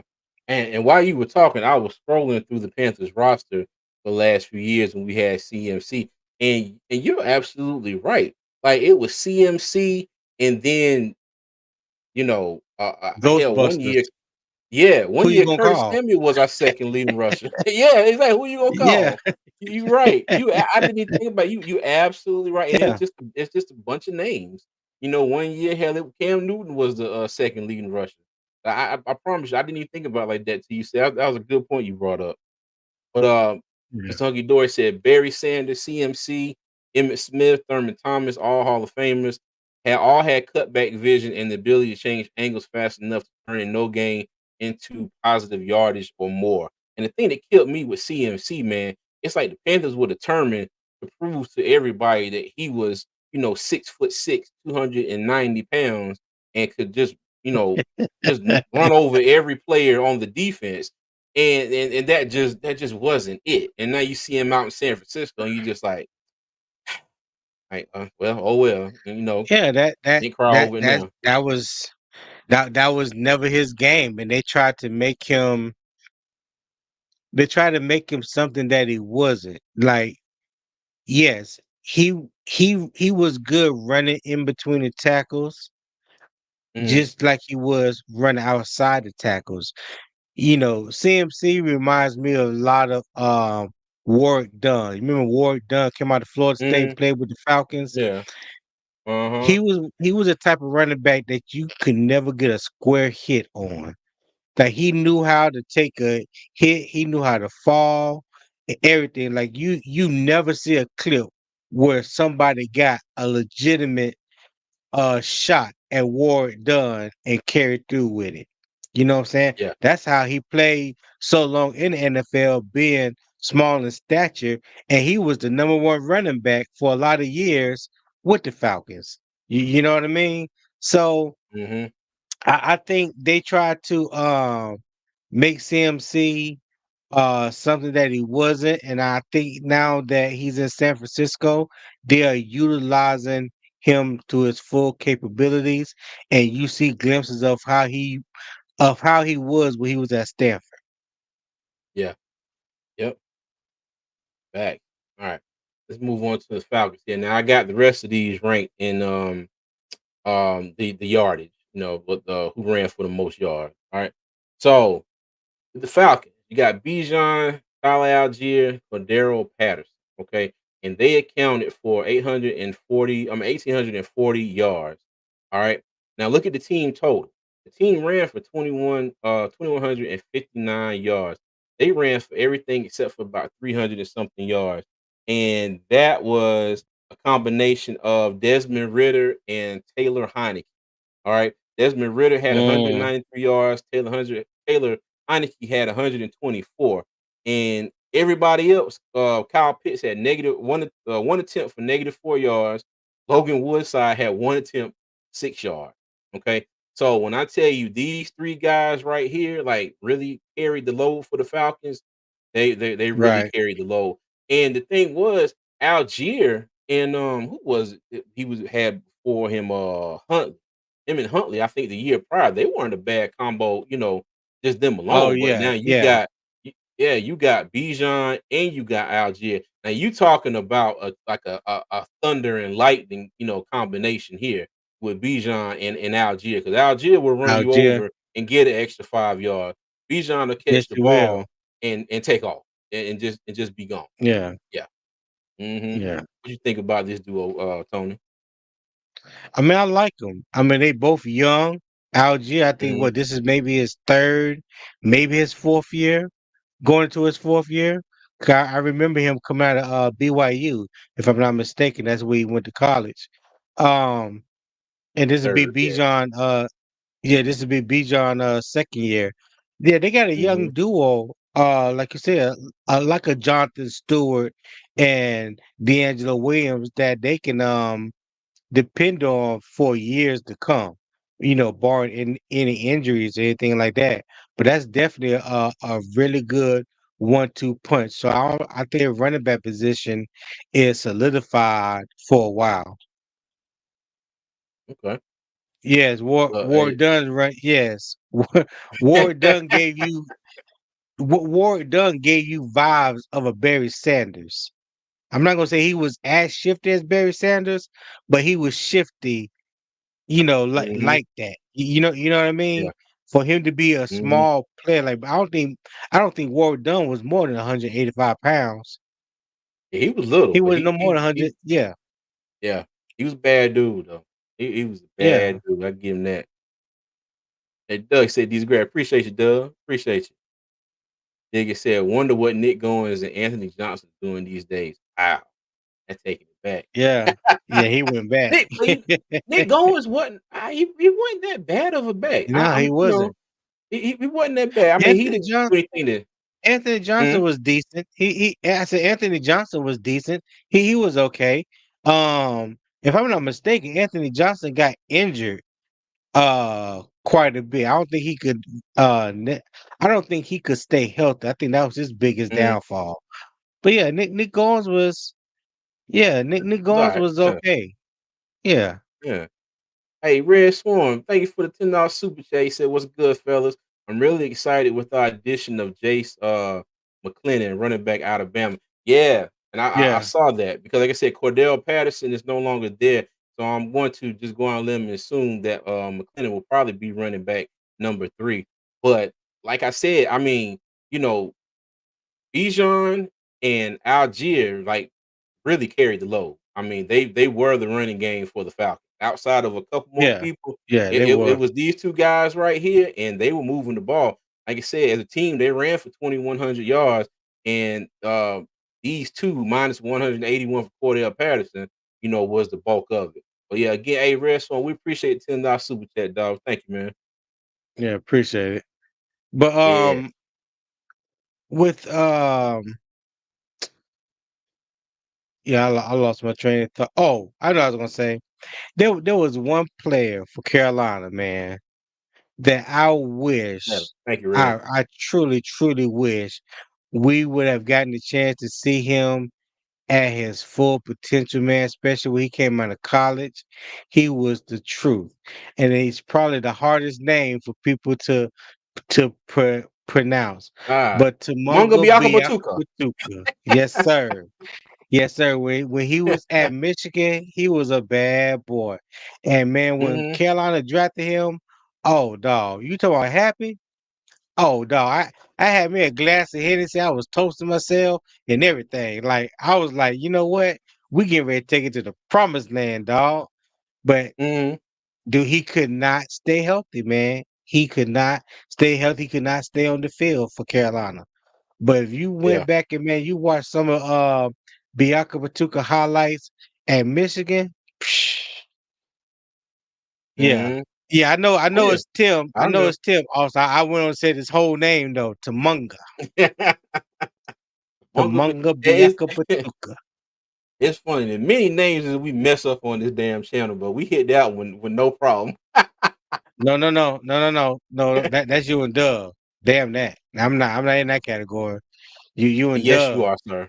Yeah, You yes, you you are. you you and Don't Dub. don't don't don't make me get Janelle to call you with Michael the finish, DeBurner okay? Turner. Yeah. So what? Moving on. And so thank you for the $1.99 super chat, man. He said, "Sorry, McClellan." McClellan. Okay, got you. Okay. Appreciate you, Red. Yeah, Okay. Jace McClellan out of Alabama. If I'm not mistaken, he was a 4 or 5 star running back coming out of high school, but I don't think he could ever really break that starting lineup. He definitely had to wait his turn because Alabama got so many 4 and 5 star running backs. Like it's hard for you to break in your freshman or sophomore year. Typically, you have to wait behind a bunch of other 4 and 5 star players to get your opportunity. So he got his opportunity last year. He made good with it. Definitely has a lot of speed. Um, but I don't think he had an opportunity to really showcase Mhm. a lot of what he did last year because um um the quarterback, not the running back, the quarterback that Alabama had was a Gotcha. dual threat quarterback. I can't remember his name, but he's returning this year, and he ran Mhm. the ball a lot for Alabama last year. So Yeah. that I guess that kind of took away his shine a little bit. But yeah, I think we did bring Jason McClellan in for a 30 visit as well. Okay. All right. But yeah, these are the Atlanta Falcons, and they led the NFC South in rushing last year. Okay. All right. So we get to the Saints. All right. And what jumps out to me is Alvin Kamara did miss some time. From the saying he was suspended the first 4 games of the season, right? With whatever he was going through, if I'm not mistaken. I don't think it was injuries. I think he missed the first 4 games of the season. Y'all correct me if I'm wrong. Jamal Williams. Now, Jamal Williams was just removed from having one hell of a season His with best Detroit. year, Detroit. Yeah, Yes. Detroit. Yes, Detroit. He was a backup He- in Green Bay for a while. Had a few good. yeah. He did good in Green Bay too. And then he came in because if I'm not mistaken, Jamal Williams got hurt at some point last year because I remember it was oh god, Keandre Miller was getting some burn later on in the season. But oh, but Doug what said, Doug said, I know I wouldn't be able to say that name. happened? Just call him Hey, TB, Doug. Just call him yeah. Hey, like all hey, let me tell you, when I get to a Oh name my in my God. mind, I'll be like, don't even try it, CJ. Don't even Yeah. try. I just like I'm gonna mess this name up. Let me get my best shot and move on. But I got you, dog. You're not by Oh, yourself, dog. You're not by yourself. But but yeah, yeah. and mind you, Kamara's numbers could have looked a whole lot better if he hadn't of Mm-hmm. and let me see. Swarm Been says, suspended. yes, see, that's He was correct. Yeah, suspended he the was first suspended 4 4 games. games. That's right. Yeah. Okay. Thank you, Red. But his numbers probably Yeah. would have looked a lot better than this. His receiving yards, he had let me see, he had 466 receiving yards in the touchdown. Okay. Jamal Williams, he Mm-hmm. did his thing, Keandre Miller, and these guys have all been brought back. And if I'm not mistaken, let me look at the depth chart here. Yeah, Kamara, Jamal Williams, Kendre Miller, and Jordan Mims. So that's their top 4 running backs on the depth chart. Kendrick, Kendrick Miller, don't be surprised in the next couple years, once Alvin Kamara is done and Kendrick Miller can stay healthy, he should be the starter running back for the Mhm. Saints. I don't know if you saw any TCU games the past couple years, Yeah. but boy, let me tell you something. Kendrick Miller, Mhm. the truth. You hear me? Okay. He's the truth. He is someone definitely to be made aware of and to watch out for in the future. Right now I think he's getting that valuable experience running behind Alvin Kamara and having a Jamal Williams, in front of him so they can just ease him along. But my Yeah. thinking is once Alvin Kamara is done and Jamal Williams is not a number one. I don't think he'll be a number one running back for New Orleans. Jamal Williams reminds me more of that goal line sledgehammer. You know what I'm saying? Mhm. 5 yards in, that's who you give it to. You know what I'm saying? Um, Like yeah. he definitely can smell that end zone 5 yards. 5 yards and in. So but yeah, Kendrick Miller is the truth. Okay.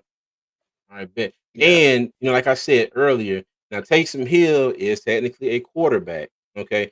But I was Mhm. tempted to put him on this list as well because I mean he had 401 yards and 4 touchdowns, running the ball. And it's one of those situations where it's like when he gets in the game, you know it's coming. You know what I mean? I made a You short on know it. what's coming. Was it last? Yeah, you know what they're gonna Yeah, I do. remember If that. he Yeah. if he gets in the game, he's going to get the ball, and they're very good at doing it. Like the play is Yeah. coming. He's going to run the ball, and they go out there and they do it. But yeah, It's but like I almost said, that's like the only reason why. Go ahead. it's almost like lining up in Philadelphia with the tush push, whatever you call it. Yeah. You know what's Exactly. coming, but you can't Can't stop stop it. it. Yeah, Yeah. I feel you. I feel you. All right, but yeah, but that is these are the stats for the New Orleans Saints. All right, now this one I wanted to get to. I thought this was interesting. Okay, you have Rashad White, who was a major threat in the passing game for the Bucks last year as well. 500 yards and let me see, 500 yards, 3 touchdowns. Okay, so and I For bring up the receiving. because yeah, 500 yards receiving and 3 touchdowns on top of the 990 rushing, 6 touchdowns. Okay.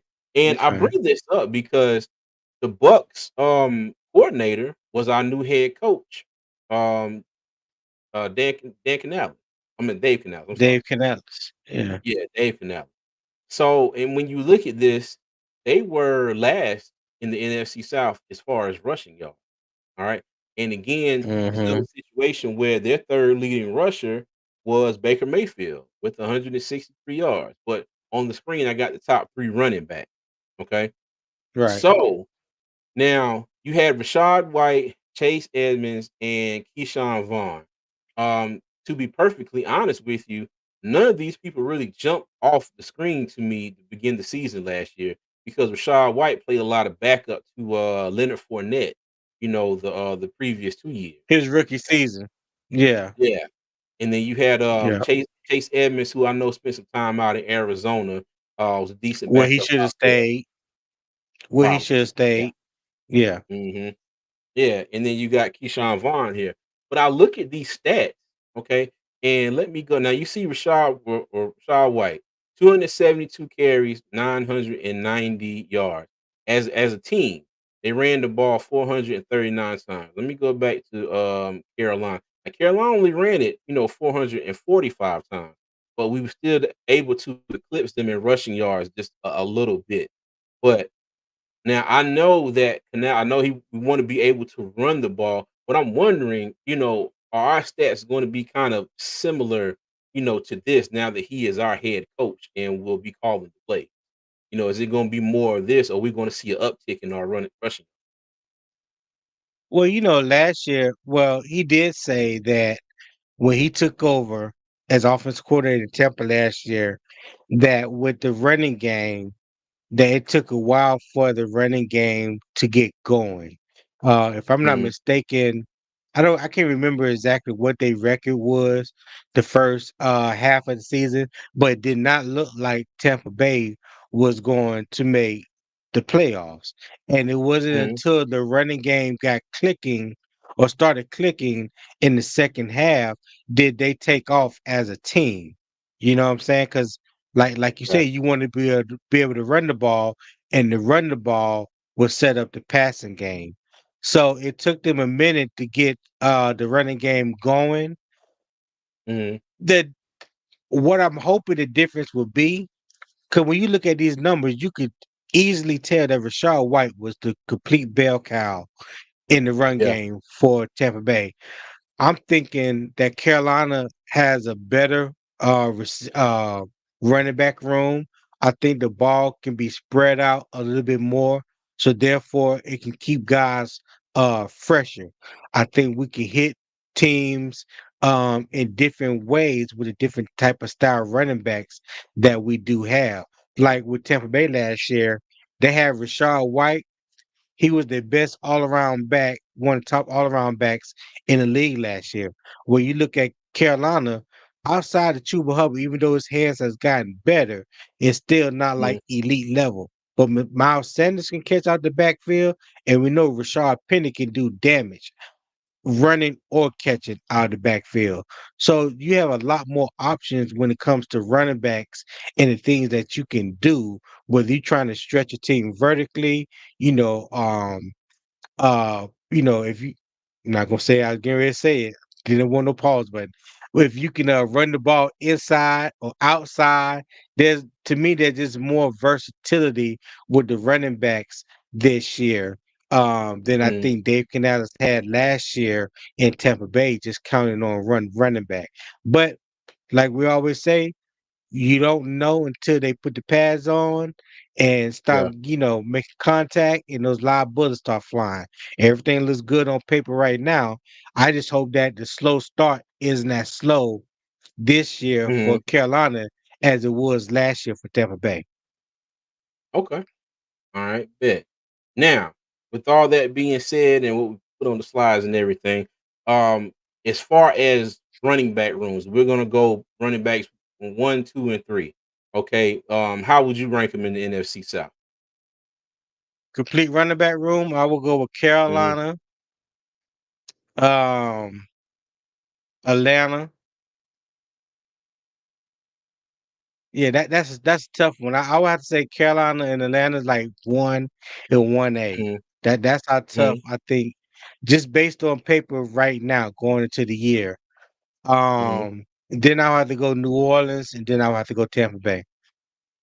Okay. Now I'm gonna disagree with you slightly. I'm gonna put Atlanta at number 1. I'm gonna put Carolina at number 2, New Orleans at number 3, and Tampa Bay at number 4. Okay. And like you said, there is a lot of potential in our running back room this year. Atlanta's been running the ball for a few years now. Their offensive line is definitely geared towards that. And you got the Yeah, combination of Bijan Robinson, Algier. You got power, you got speed, you got elusiveness. You got Bijan that can catch the ball out of the backfield and is a major threat, in the passing game. But I would yeah. definitely rank them number 1. I would rank Carolina 2. Okay. If we can get over some injuries and get our offensive line troubles, if we can get all that gone, I think we have a trio, probably four backs. I couldn't think the word for never mind. Okay, never Raheem mind. Blackshear. No. I was never mind. I was thinking something else.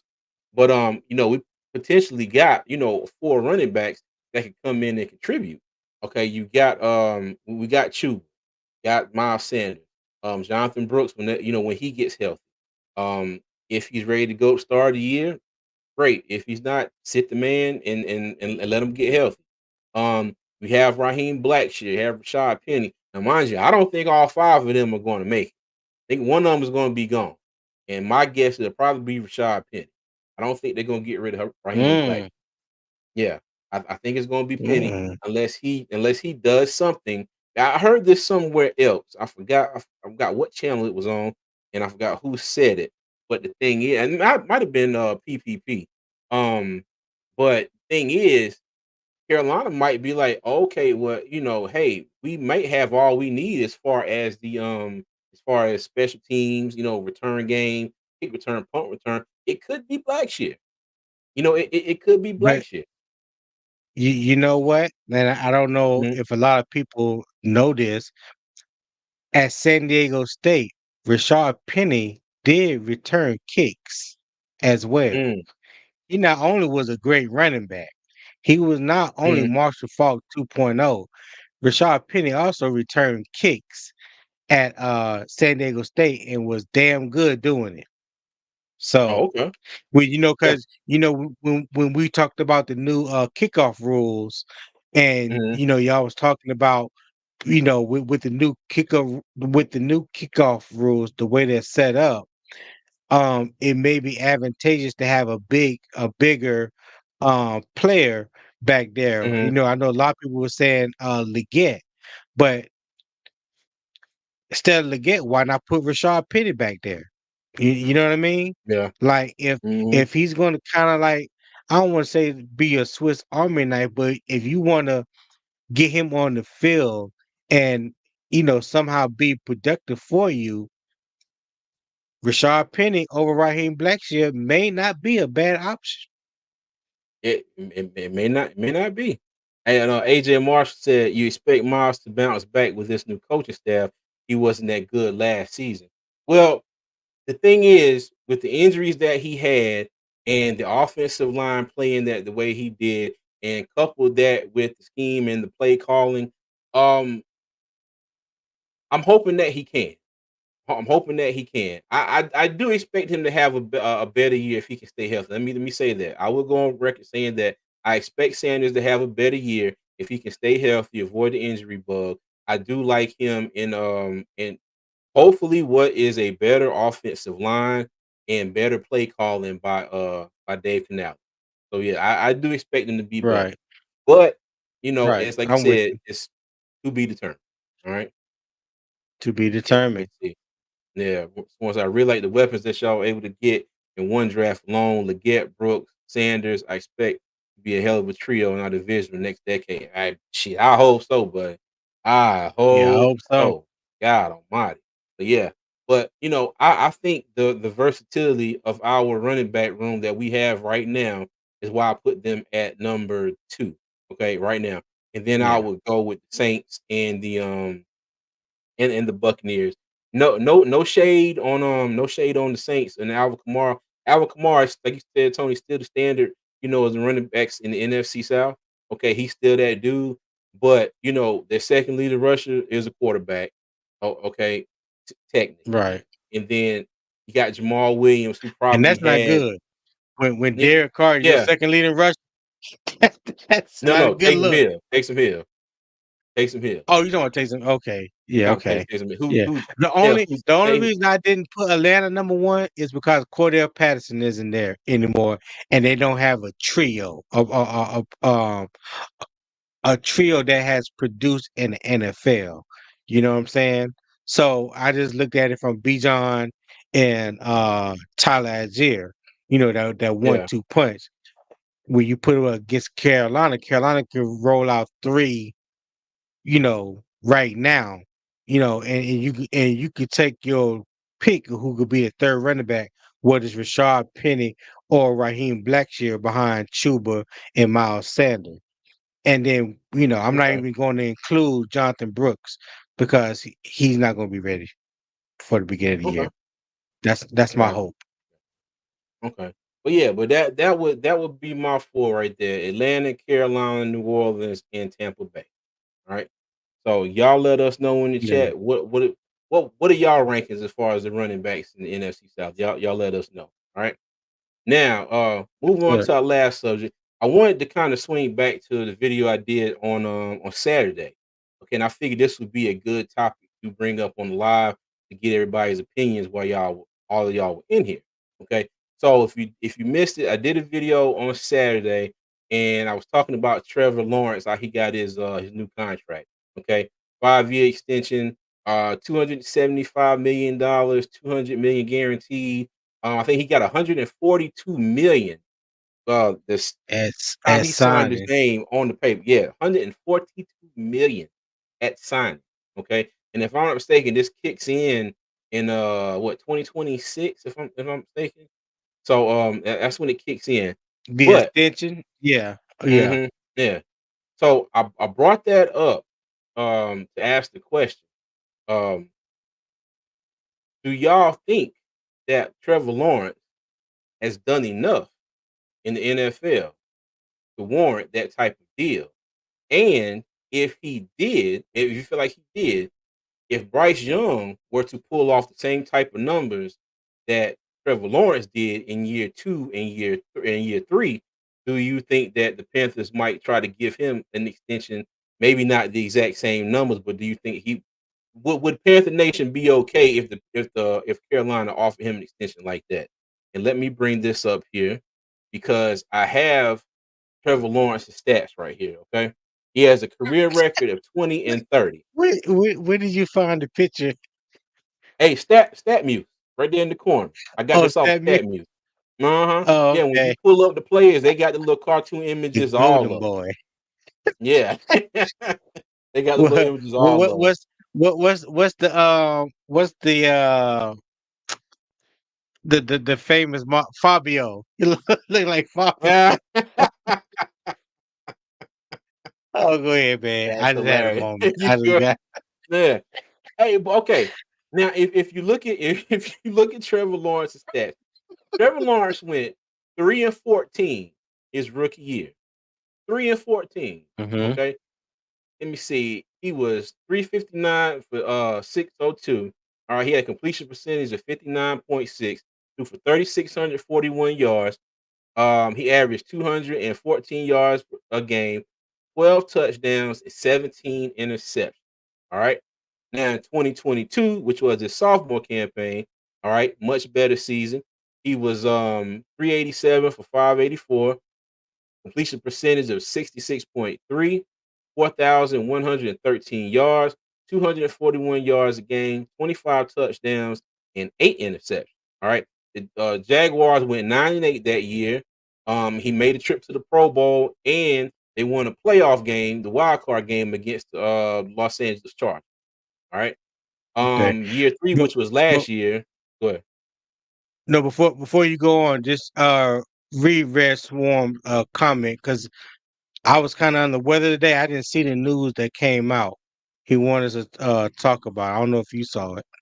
Oh, yeah, I get to and say because all Red. I'm glad you brought that up. And Owns us somebody else testing brought that up earlier separate too. I think it was Panther Dog or separate Nader. salary cap. Um, Hmm. Yeah, Panther Dog. Yeah, I saw something on Twitter about it. I don't know anything other than what you got right here, Red, and it said that they were discussing having a separate salary cap just for the quarterbacks because these quarterback contracts are getting outrageous.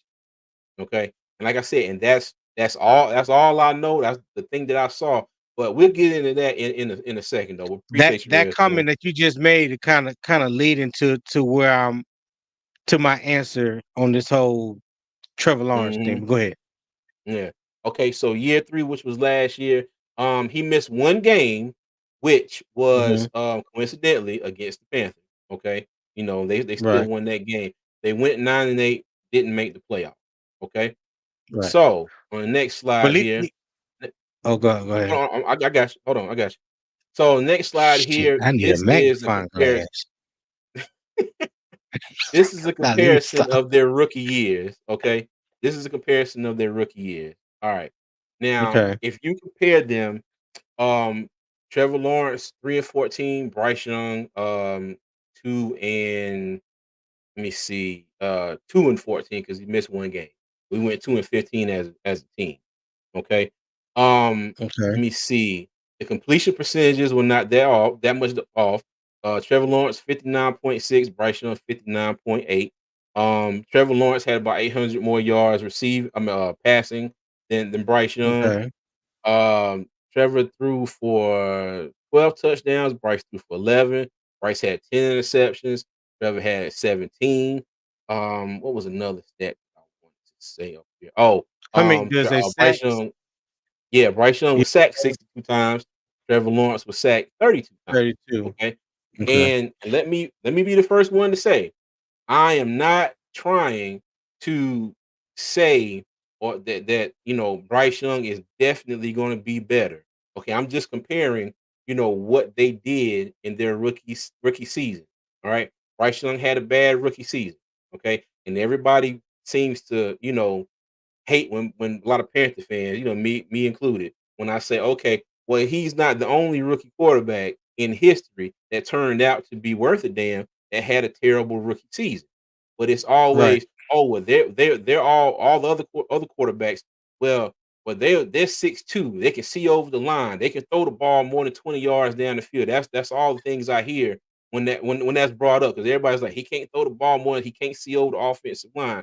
And it's like, folks, okay, quarterbacks throw through lanes.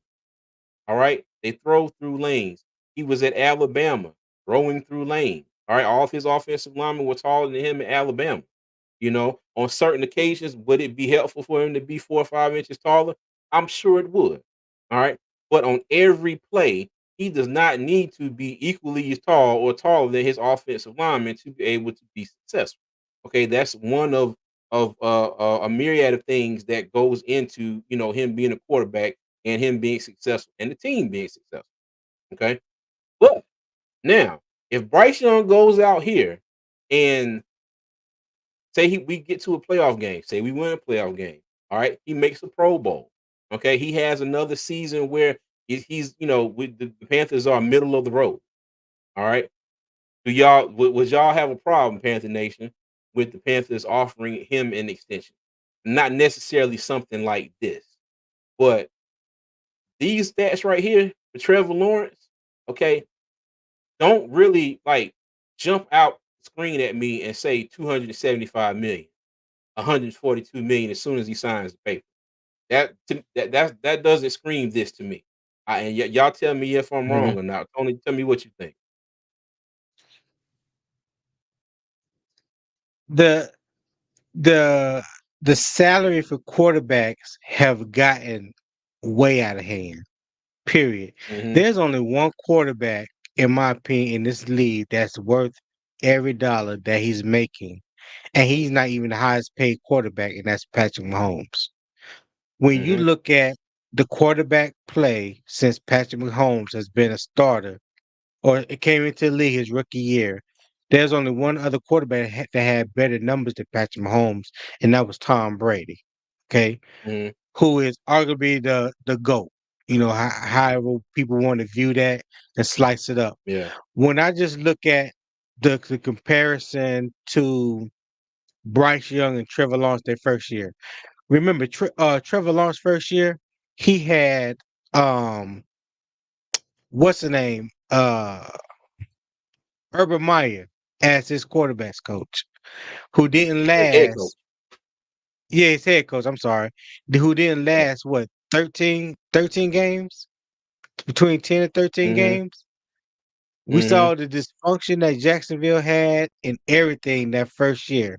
So when you look at his numbers, it his numbers um kind of tell you how the season went for them as a whole. What type of coaching he Mhm. had, all the dysfunction that was going on in Jacksonville with Urban Meyer off the field situations, how he was treating players on the Mhm. field. I remember the incident where he was that he had with the kicker. You know, I think he kicked them or something like that during practice. And the kicker, once he was traded or left, he made mention of it, and it came out that basically he was too much of a micromanager and too much of an asshole, which worked well while he was at Ohio State and Florida, but this is the NFL, and it didn't bode well for him. So when you look at Trevor Lawrence numbers his rookie season, and you put that comparison with him and Bryce, they were similarly um they was almost similar. I ain't saying exact, Mhm. but it was almost Mhm. similar. You know what I'm saying? So Yeah. that next year, Doug Peterson came in as the head coach. Look at his numbers from 2022 and 2023. Threw for over 4,000 yards both years. Completion percentage with over 65%, which is just above the average in the NFL. I think they said the NFL average is like 63%.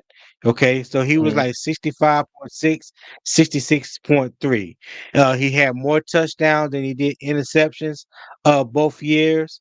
So I think they probably just looked at that year one as it was a rookie year, bad Mhm. year. You know, we're gonna wash that, throw that whole tape of the season away. You know what I'm saying? They just throwing everything Mhm. from 2021 away. But look what we did 2022 and 2023. So I think they see the projection of what he can become with the right coaching and the weapons around him. So now they gotta bring everything together. Um, that experience, the relationship, that continuity with the players around him. I'd like the fact that he does have Trevor ATM. I call him ATM, not ATN. I call him ATM.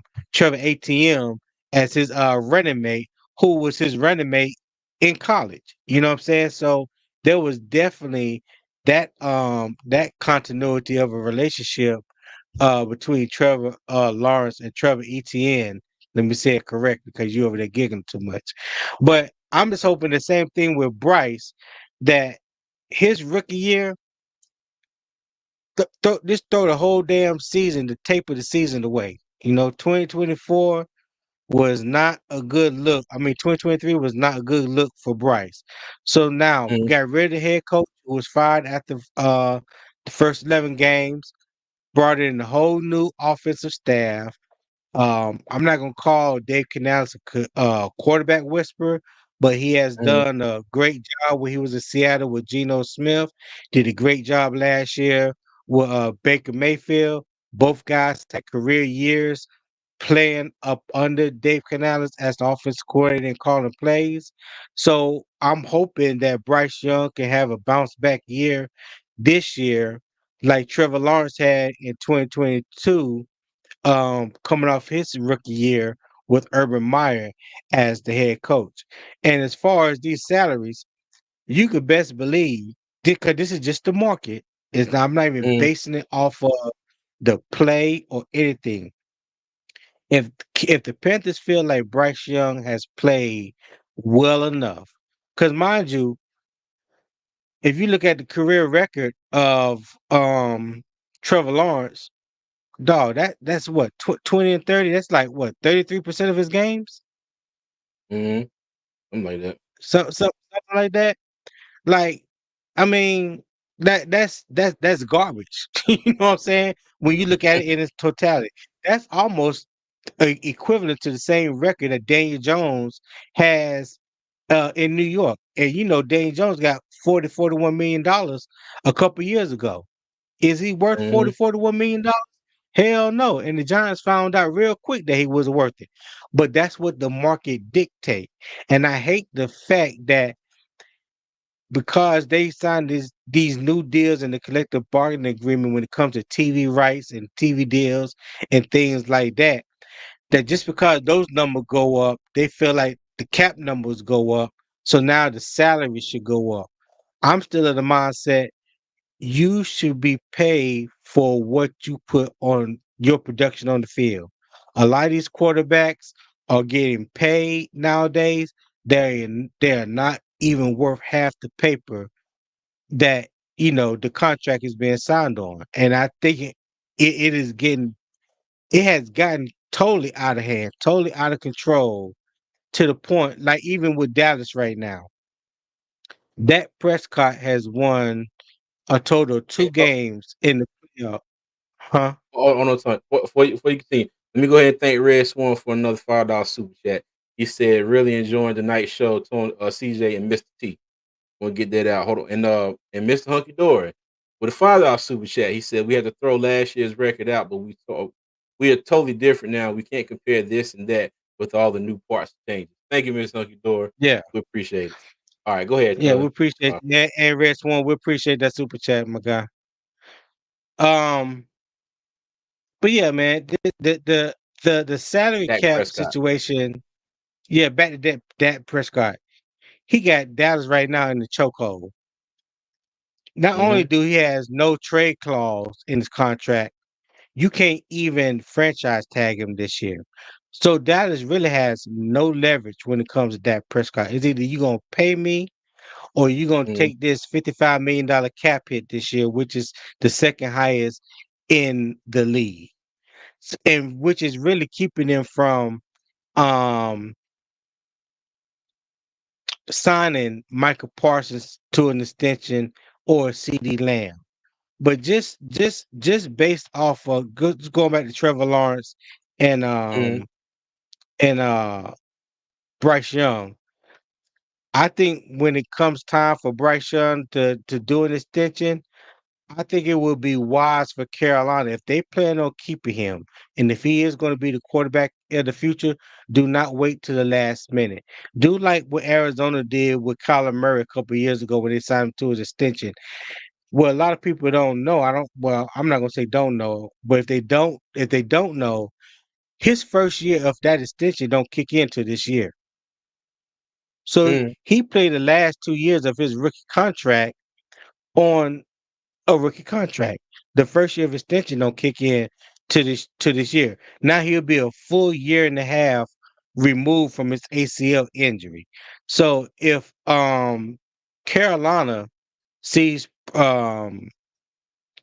production in Bryce Young, if he could turn things around and have a pretty productive second and third year, I would sign him to an extension at the end of his third year. So by the time he's done with his rookie contract and the first year that extension kick in, it would be at a Mhm. more reasonable price because each year these quarterback contracts are going to go up, up, up, up, up. So either you're gonna do it in his Yeah. third year or you're gonna mess around, wait till his fifth year, and he's gonna make the kind of money in his fifth year or more than what Jacksonville just gave Trevor Lawrence. Yeah. Hey, let me say, MDJ said he got the eyes. Said definitely some situation similarities, talent wise, yet to be seen. Hey, you know what, MDJ? That's a very good comment. And I also, MDJ, I wanted to say I was and getting and, ready and for and Swarm, my mouth dry too. pause. But yeah. Yeah, So pause. Damn. Yeah, pause. but MDJ, I also Pause. wanted to add. I saw I was getting ready for our live, but I was tuning in earlier. Boy, I saw you giving Goat hell, boy. I saw you giving Goat hell over that 39 pick, What boy. happened? Let me tell you, when I say I was sitting over here, dying laughing in this shit. They were going at it. Goat was saying something about the 39th pick and the article he wrote. Well, MDJ was giving him the business. That's all I'm gonna say. You gotta go back and look at it. But MDJ, I just wanted to tell you that when I saw you in here, man, I was hollering sitting in this chair, dog. That thing was funny. But yeah, y'all go check out Black Cat Panther podcast too. And my guys over there as well, man. Big Q, Kendall, the GOAT, MDJ, everybody over there. But yeah, man. But as he said, definitely some situation similarities, talent wise, yet to be seen. Yes, yes. And there was another comment that I want to make sure I put up back up here too. AJ Marshall, he said Trevor Lawrence numbers were better with Doug Peterson. Forget rookie season he had. And yes, and Facts. that's why I bring this whole point up. Now Bryce Young has a new coach. You know, if the situation turns out to be similar or trends in the kind of the same direction, that's why I bring this all up. Might this be some foreshadowing, for the Panthers? And also in the video I put out on Saturday, I said on the flip side of this, you know, what if Bryce Young doesn't work out? I hope he does. I hope hope this is not the situation. But if just in case if he doesn't work out, by the time the Panthers get, another quarterback in here, get their franchise quarterback, and they play a couple years and they prove themselves, my God, how big are the quarterback contracts going to be then? You probably looking at somewhere upwards of $300 million. And to get back to the Panther Dog and Red's comments about the owners meeting, that would be wild. That would be wild if quarterback contracts got to the point where they needed their own salary cap separate from the rest of the team. But the thing is, the owners don't have anybody to blame but themselves for this. Okay. And Yeah. I think the one that really Yep. kind of, you know, not really started the whole thing going, but Deshaun Watson and his contract, was it 234 Fact. million or 200 something million? 230 Fully million guaranteed. fully guaranteed. Fully Yeah. guaranteed. If And the if the owners if there wasn't a tipping point yet, that's where it fell over. Yeah. and then on top of that, the Hmm. horrendous quarterback play he has had since he's Yes. been in Cleveland. Joe Flacco had a better year last year than Watson has had thus far in Cleveland. Hmm. But because his contract is what it is, you cannot justify cutting him. That's crazy. Yeah. That's Yeah. crazy. You cannot justify cutting him. You can't say on one hand, "Oh, we're gonna give you fully guaranteed 230 million," but then a Hmm. year or two later, "Oh, well, damn, I think we made up." See, they got too much pride. You don't want to say you messed up. You ain't leave yourself no out. You didn't structure the contract to give yourself an out. No, no, no. So Nah. now, No, it so didn't. now, so now you got to deal with everything that comes along with his quarterback play.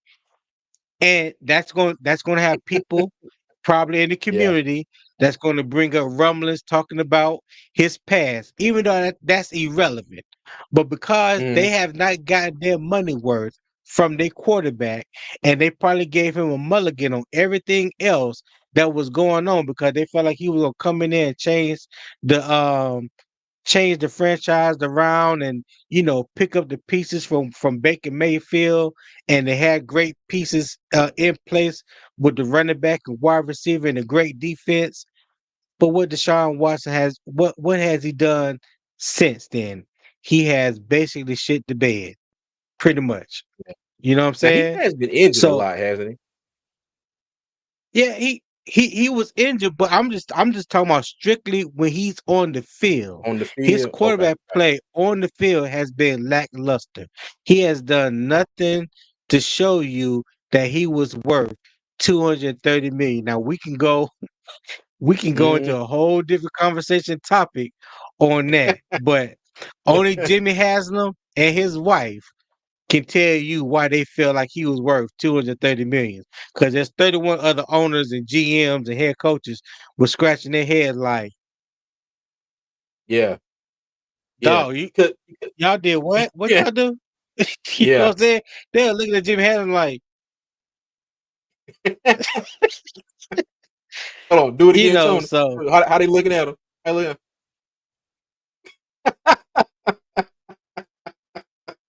you know what I want to say, but I Yeah. can't. I don't want. I can't. Yeah.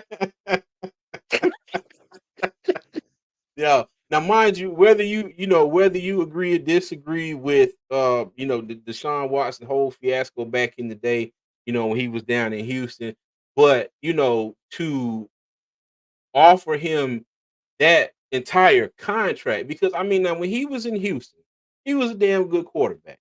Okay.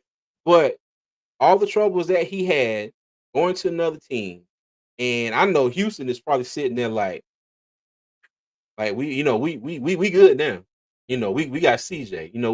We With good. with that contract that Cleveland gave Deshaun Watson, they Mhm. they messed up the opportunity to kind of reset the quarterback market going backwards a little bit, because Yeah. you basically said to the rest of the NFL that money wise, just based off Mhm. money, that Deshaun Watson was better than Patrick Mahomes. Because nobody in their right mind can tell you that there is a quarterback that's worth more than Patrick Mahomes. Just based off, Hey, look at the comment. huh? Look at Panda Dog comment. What's this? Hey, Hey, I hey. hey, yeah. But you That's know what? crazy. I wonder how many people have thought about this. Think about this for a minute. I'm gonna bring up three players in two different sports, and when you think about their career, what they accomplished, just check Mhm. this out for a minute. Let me just start with the NBA. Mhm. In my opinion, the greatest player to ever play the game was Michael Jordan. Do you know that Michael Jordan was not the highest paid player until Mhm. the last 2-3 years of his contract when he was signing 1-year deals? Mhm. He was never the highest paid player any season until the last 2-3 seasons on his 1-year contracts when he signed, I think it was 30, 31, and $33 million contracts. Why I bring that Yeah. up? He helped the team out, build a team around him that eventually led to 6 championships. Okay. That's NBA. Arguably the greatest football player of all time, Tom Brady. Do you know that Tom Mhm. Brady was never the highest paid quarterback at any point in time in his NFL career, even up until he retired in Tampa Bay? Why? Mhm. Because Tom Brady was not selfish. He wanted the money spread out to his other teammates to bring in talent to surround him with. And what did they do? They went to 10 Super Bowls and won 7. Patrick Mahomes, at the time he signed his contract, a lot of people thought it was for a whole bunch of money, when in essence, it wasn't. It was a 10-year, $450 million contract. That's 10 years. That was the first time an NFL quarterback or any NFL player signed a contract that long. But what it did, it was very cap friendly to the Kansas City Chiefs to be able to maneuver and sign players and bring players in, or to keep players that they currently have, like Chris Jones. You know what I'm saying? Like Travis Kelsey.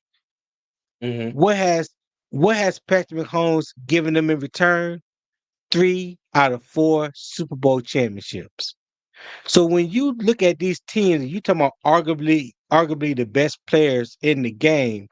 One thing, the one common denominator that I've always noticed in these guys, they were selfless. They wanted to breed. They understood the importance of having great talent around them. How it was important not to necessarily be the highest paid player on the team or on the.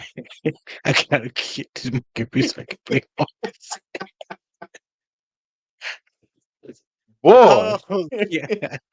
So I'm just saying, when you look at these guys, man, and they trying to be the best, at this position, or they want to be the highest paid player. The NFL, you have a salary cap. They don't have a salary cap in baseball. They don't Mhm. have they have a salary cap in the NBA, but they contracts are fully guaranteed. You know what I'm saying? Mhm. They don't this is to me one of the problems that we have in the NFL is with the salary cap. It kind of handicaps you from being able to pay your players like the highest paid players or whatever position and still go out and get talent. You know what I'm saying? Mhm. Just look at the players that have had the most success and look at how unselfish they were when it came to the money situation. It was never a money grab with Patrick Mahomes. It was never a money grab with Tom Brady. But they got the hardware in the end to show for it. And they're gonna make money well after their playing days over with. But look what whole Gabba Gabba said. He said because Tom Brady had billion Yeah. dollar endorsement deals outside of football. Now I don't know about Brady. I know Jordan, of course, Jordan brand. Yeah. Patrick Yeah. Mahomes is is a certified insurance salesman by now, State Farm. He got he got life Hey, good day, but and not only that, Patrick is there now.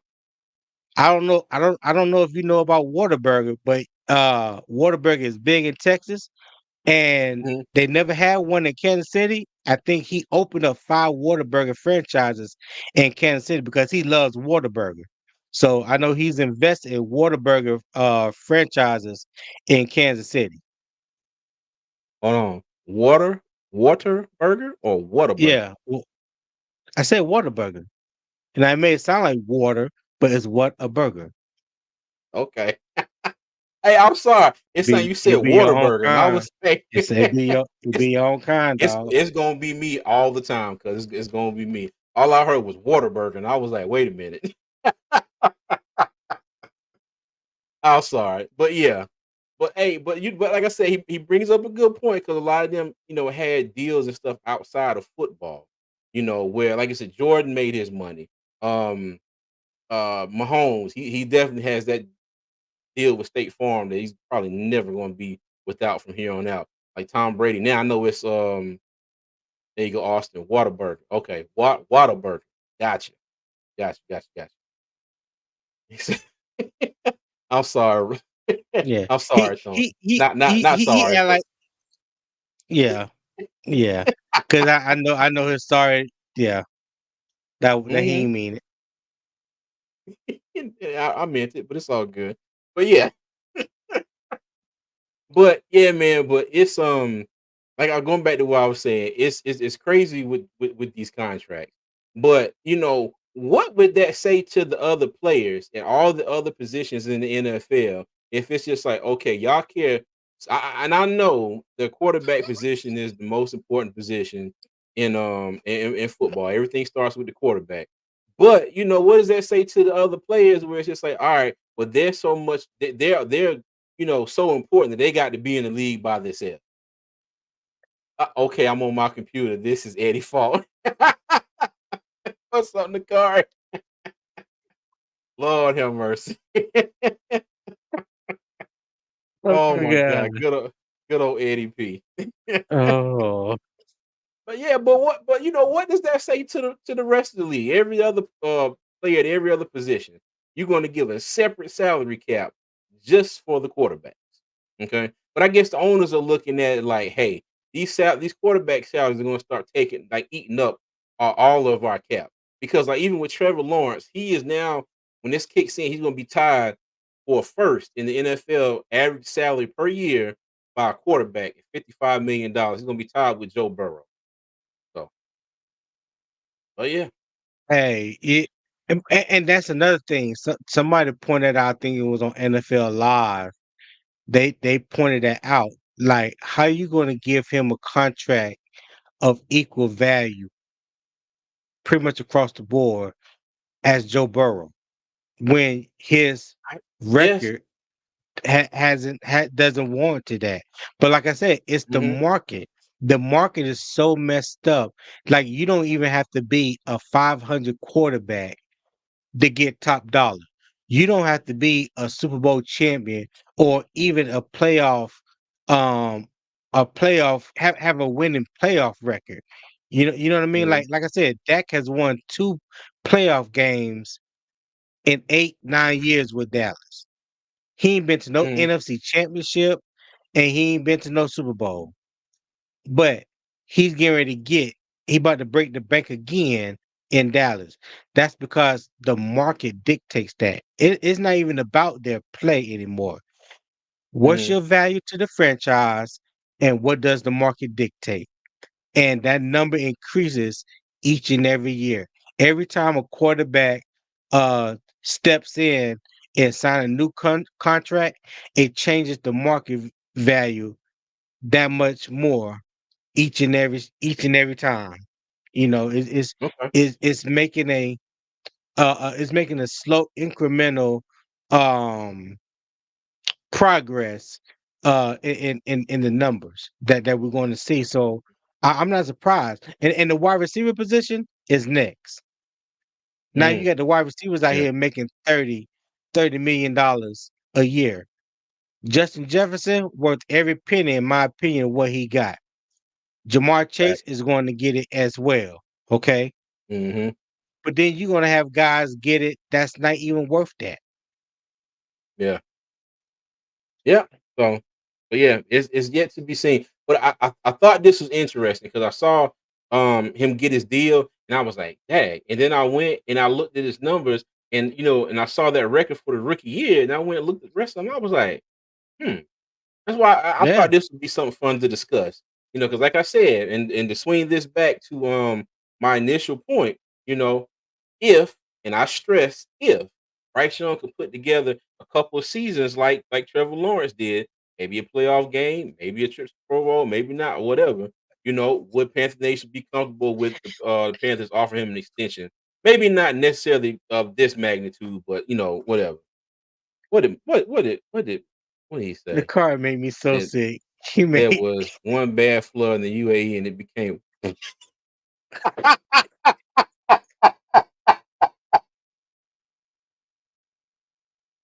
oh oh god. my god. I quit. I quit. I'm gone. I'm gone, man. Pack my Yo, shit up. oh, you made him take his I'm glasses off done. midstream. I'm done. I'm done for the night. Y'all thank God bless. Good night. I'm God done. dang. Oh god. Wow. Oh Okay. man. Well, That hey, was the a good card, one. when I tell you That was a your good one, the timing card. is impeccable. Your timing is impeccable, man. It is impeccable because Oh that was about god. it. Oh god. Oh my Jesus. All right. Hey, but I hope he it's at been work and laughed out loud and get rolled up.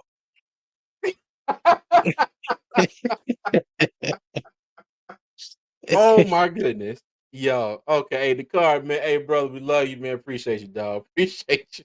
Appreciate everybody in the chat, man. We thank y'all for sticking with us Oh tonight. That's god. gonna be it. Again, like I said, if y'all are new, thank you for joining us. Welcome. Please subscribe to the channel, like the channel, help us out with the YouTube algorithm. I'm saying like the stream, help us out with the YouTube algorithm. We appreciate you. You can check us out on all social media at Two Fans in the Stands and over on Twix. That's a mixture of Twitter and X, as we like to call it. You can find us at Two Fans ITS. Also, you can become a channel member if you so like. Okay, and we definitely appreciate you. Oh, dig it. Hold on, wait a minute.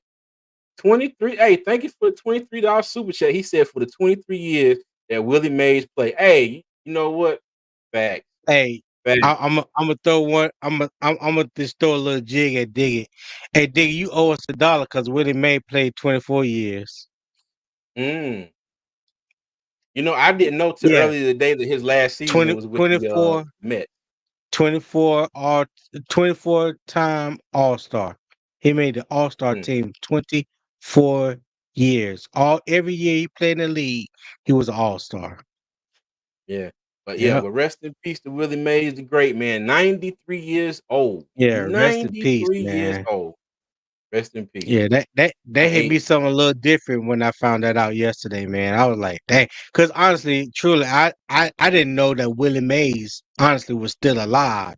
So just to wake up and see that on the phone, I was like, wow, wow. So yeah. yeah, man, Hey, again, you Dig, we niggas can appreciate put it you, on dog. tag. He said, put it on tag. Hey, you good and settled with us, but don't even worry about it. Hey, you can't. Don't even worry Hey, man, I about was it. just joking, man. I was just joking. Oh, hold on. Look in the car. It said Look at keep keep pounding pounding or or whatever. whatever. Panther. Hey, that $1 buy Antonio Waterburger. Oh my God. Oh Hey, my God. again, everybody, we we appreciate y'all, man. It's been a fun one. But like I Yeah. said, check us out on social media. Become a channel member if you so desire. We greatly appreciate it. Tony, you got anything you want to say before we get out of here, cuz? Yeah, and if you're on Twix and you're streaming and watching the video, feel free, come on over to YouTube, join the conversation, man. If you haven't subscribed, subscribe, like, comment, and share. So whenever we go live and post new content, we will be creating more videos when it gets to close to training camp and the preseason things like that. But we have really enjoyed doing these lives with you guys twice a Mm-hmm. week. So it's definitely been fun. But yeah, if you on Twix and you want to join the conversation, come on over to YouTube. Again, if you haven't subscribed, hit that subscribe button and turn on post notification bells. Appreciate you. Look in the car. I said one of my favorite baseball players, along with Sammy Sosa, the white man, and Bernie Mac, Mr. 3000. Don't do Sammy Sosa like that. Now I want to know all You the know, time. What's good, man? How you doing? Don, what's good with you, my guy? Keep pounding, man. Exactly, Austin. Yep. And the dog said, "Love you guys." So keep pounding, man. Pause. We appreciate y'all. All right, but yes, hey, everybody, we love you. We appreciate you joining us. And like I always do, everybody, I'm going to take y'all out with three things. Number one, y'all be good. Number two, y'all be safe. Number three, as always, Panther Nation. And those y'all still here, let me see it in the chat. Y'all keep pounding, man. We'll see.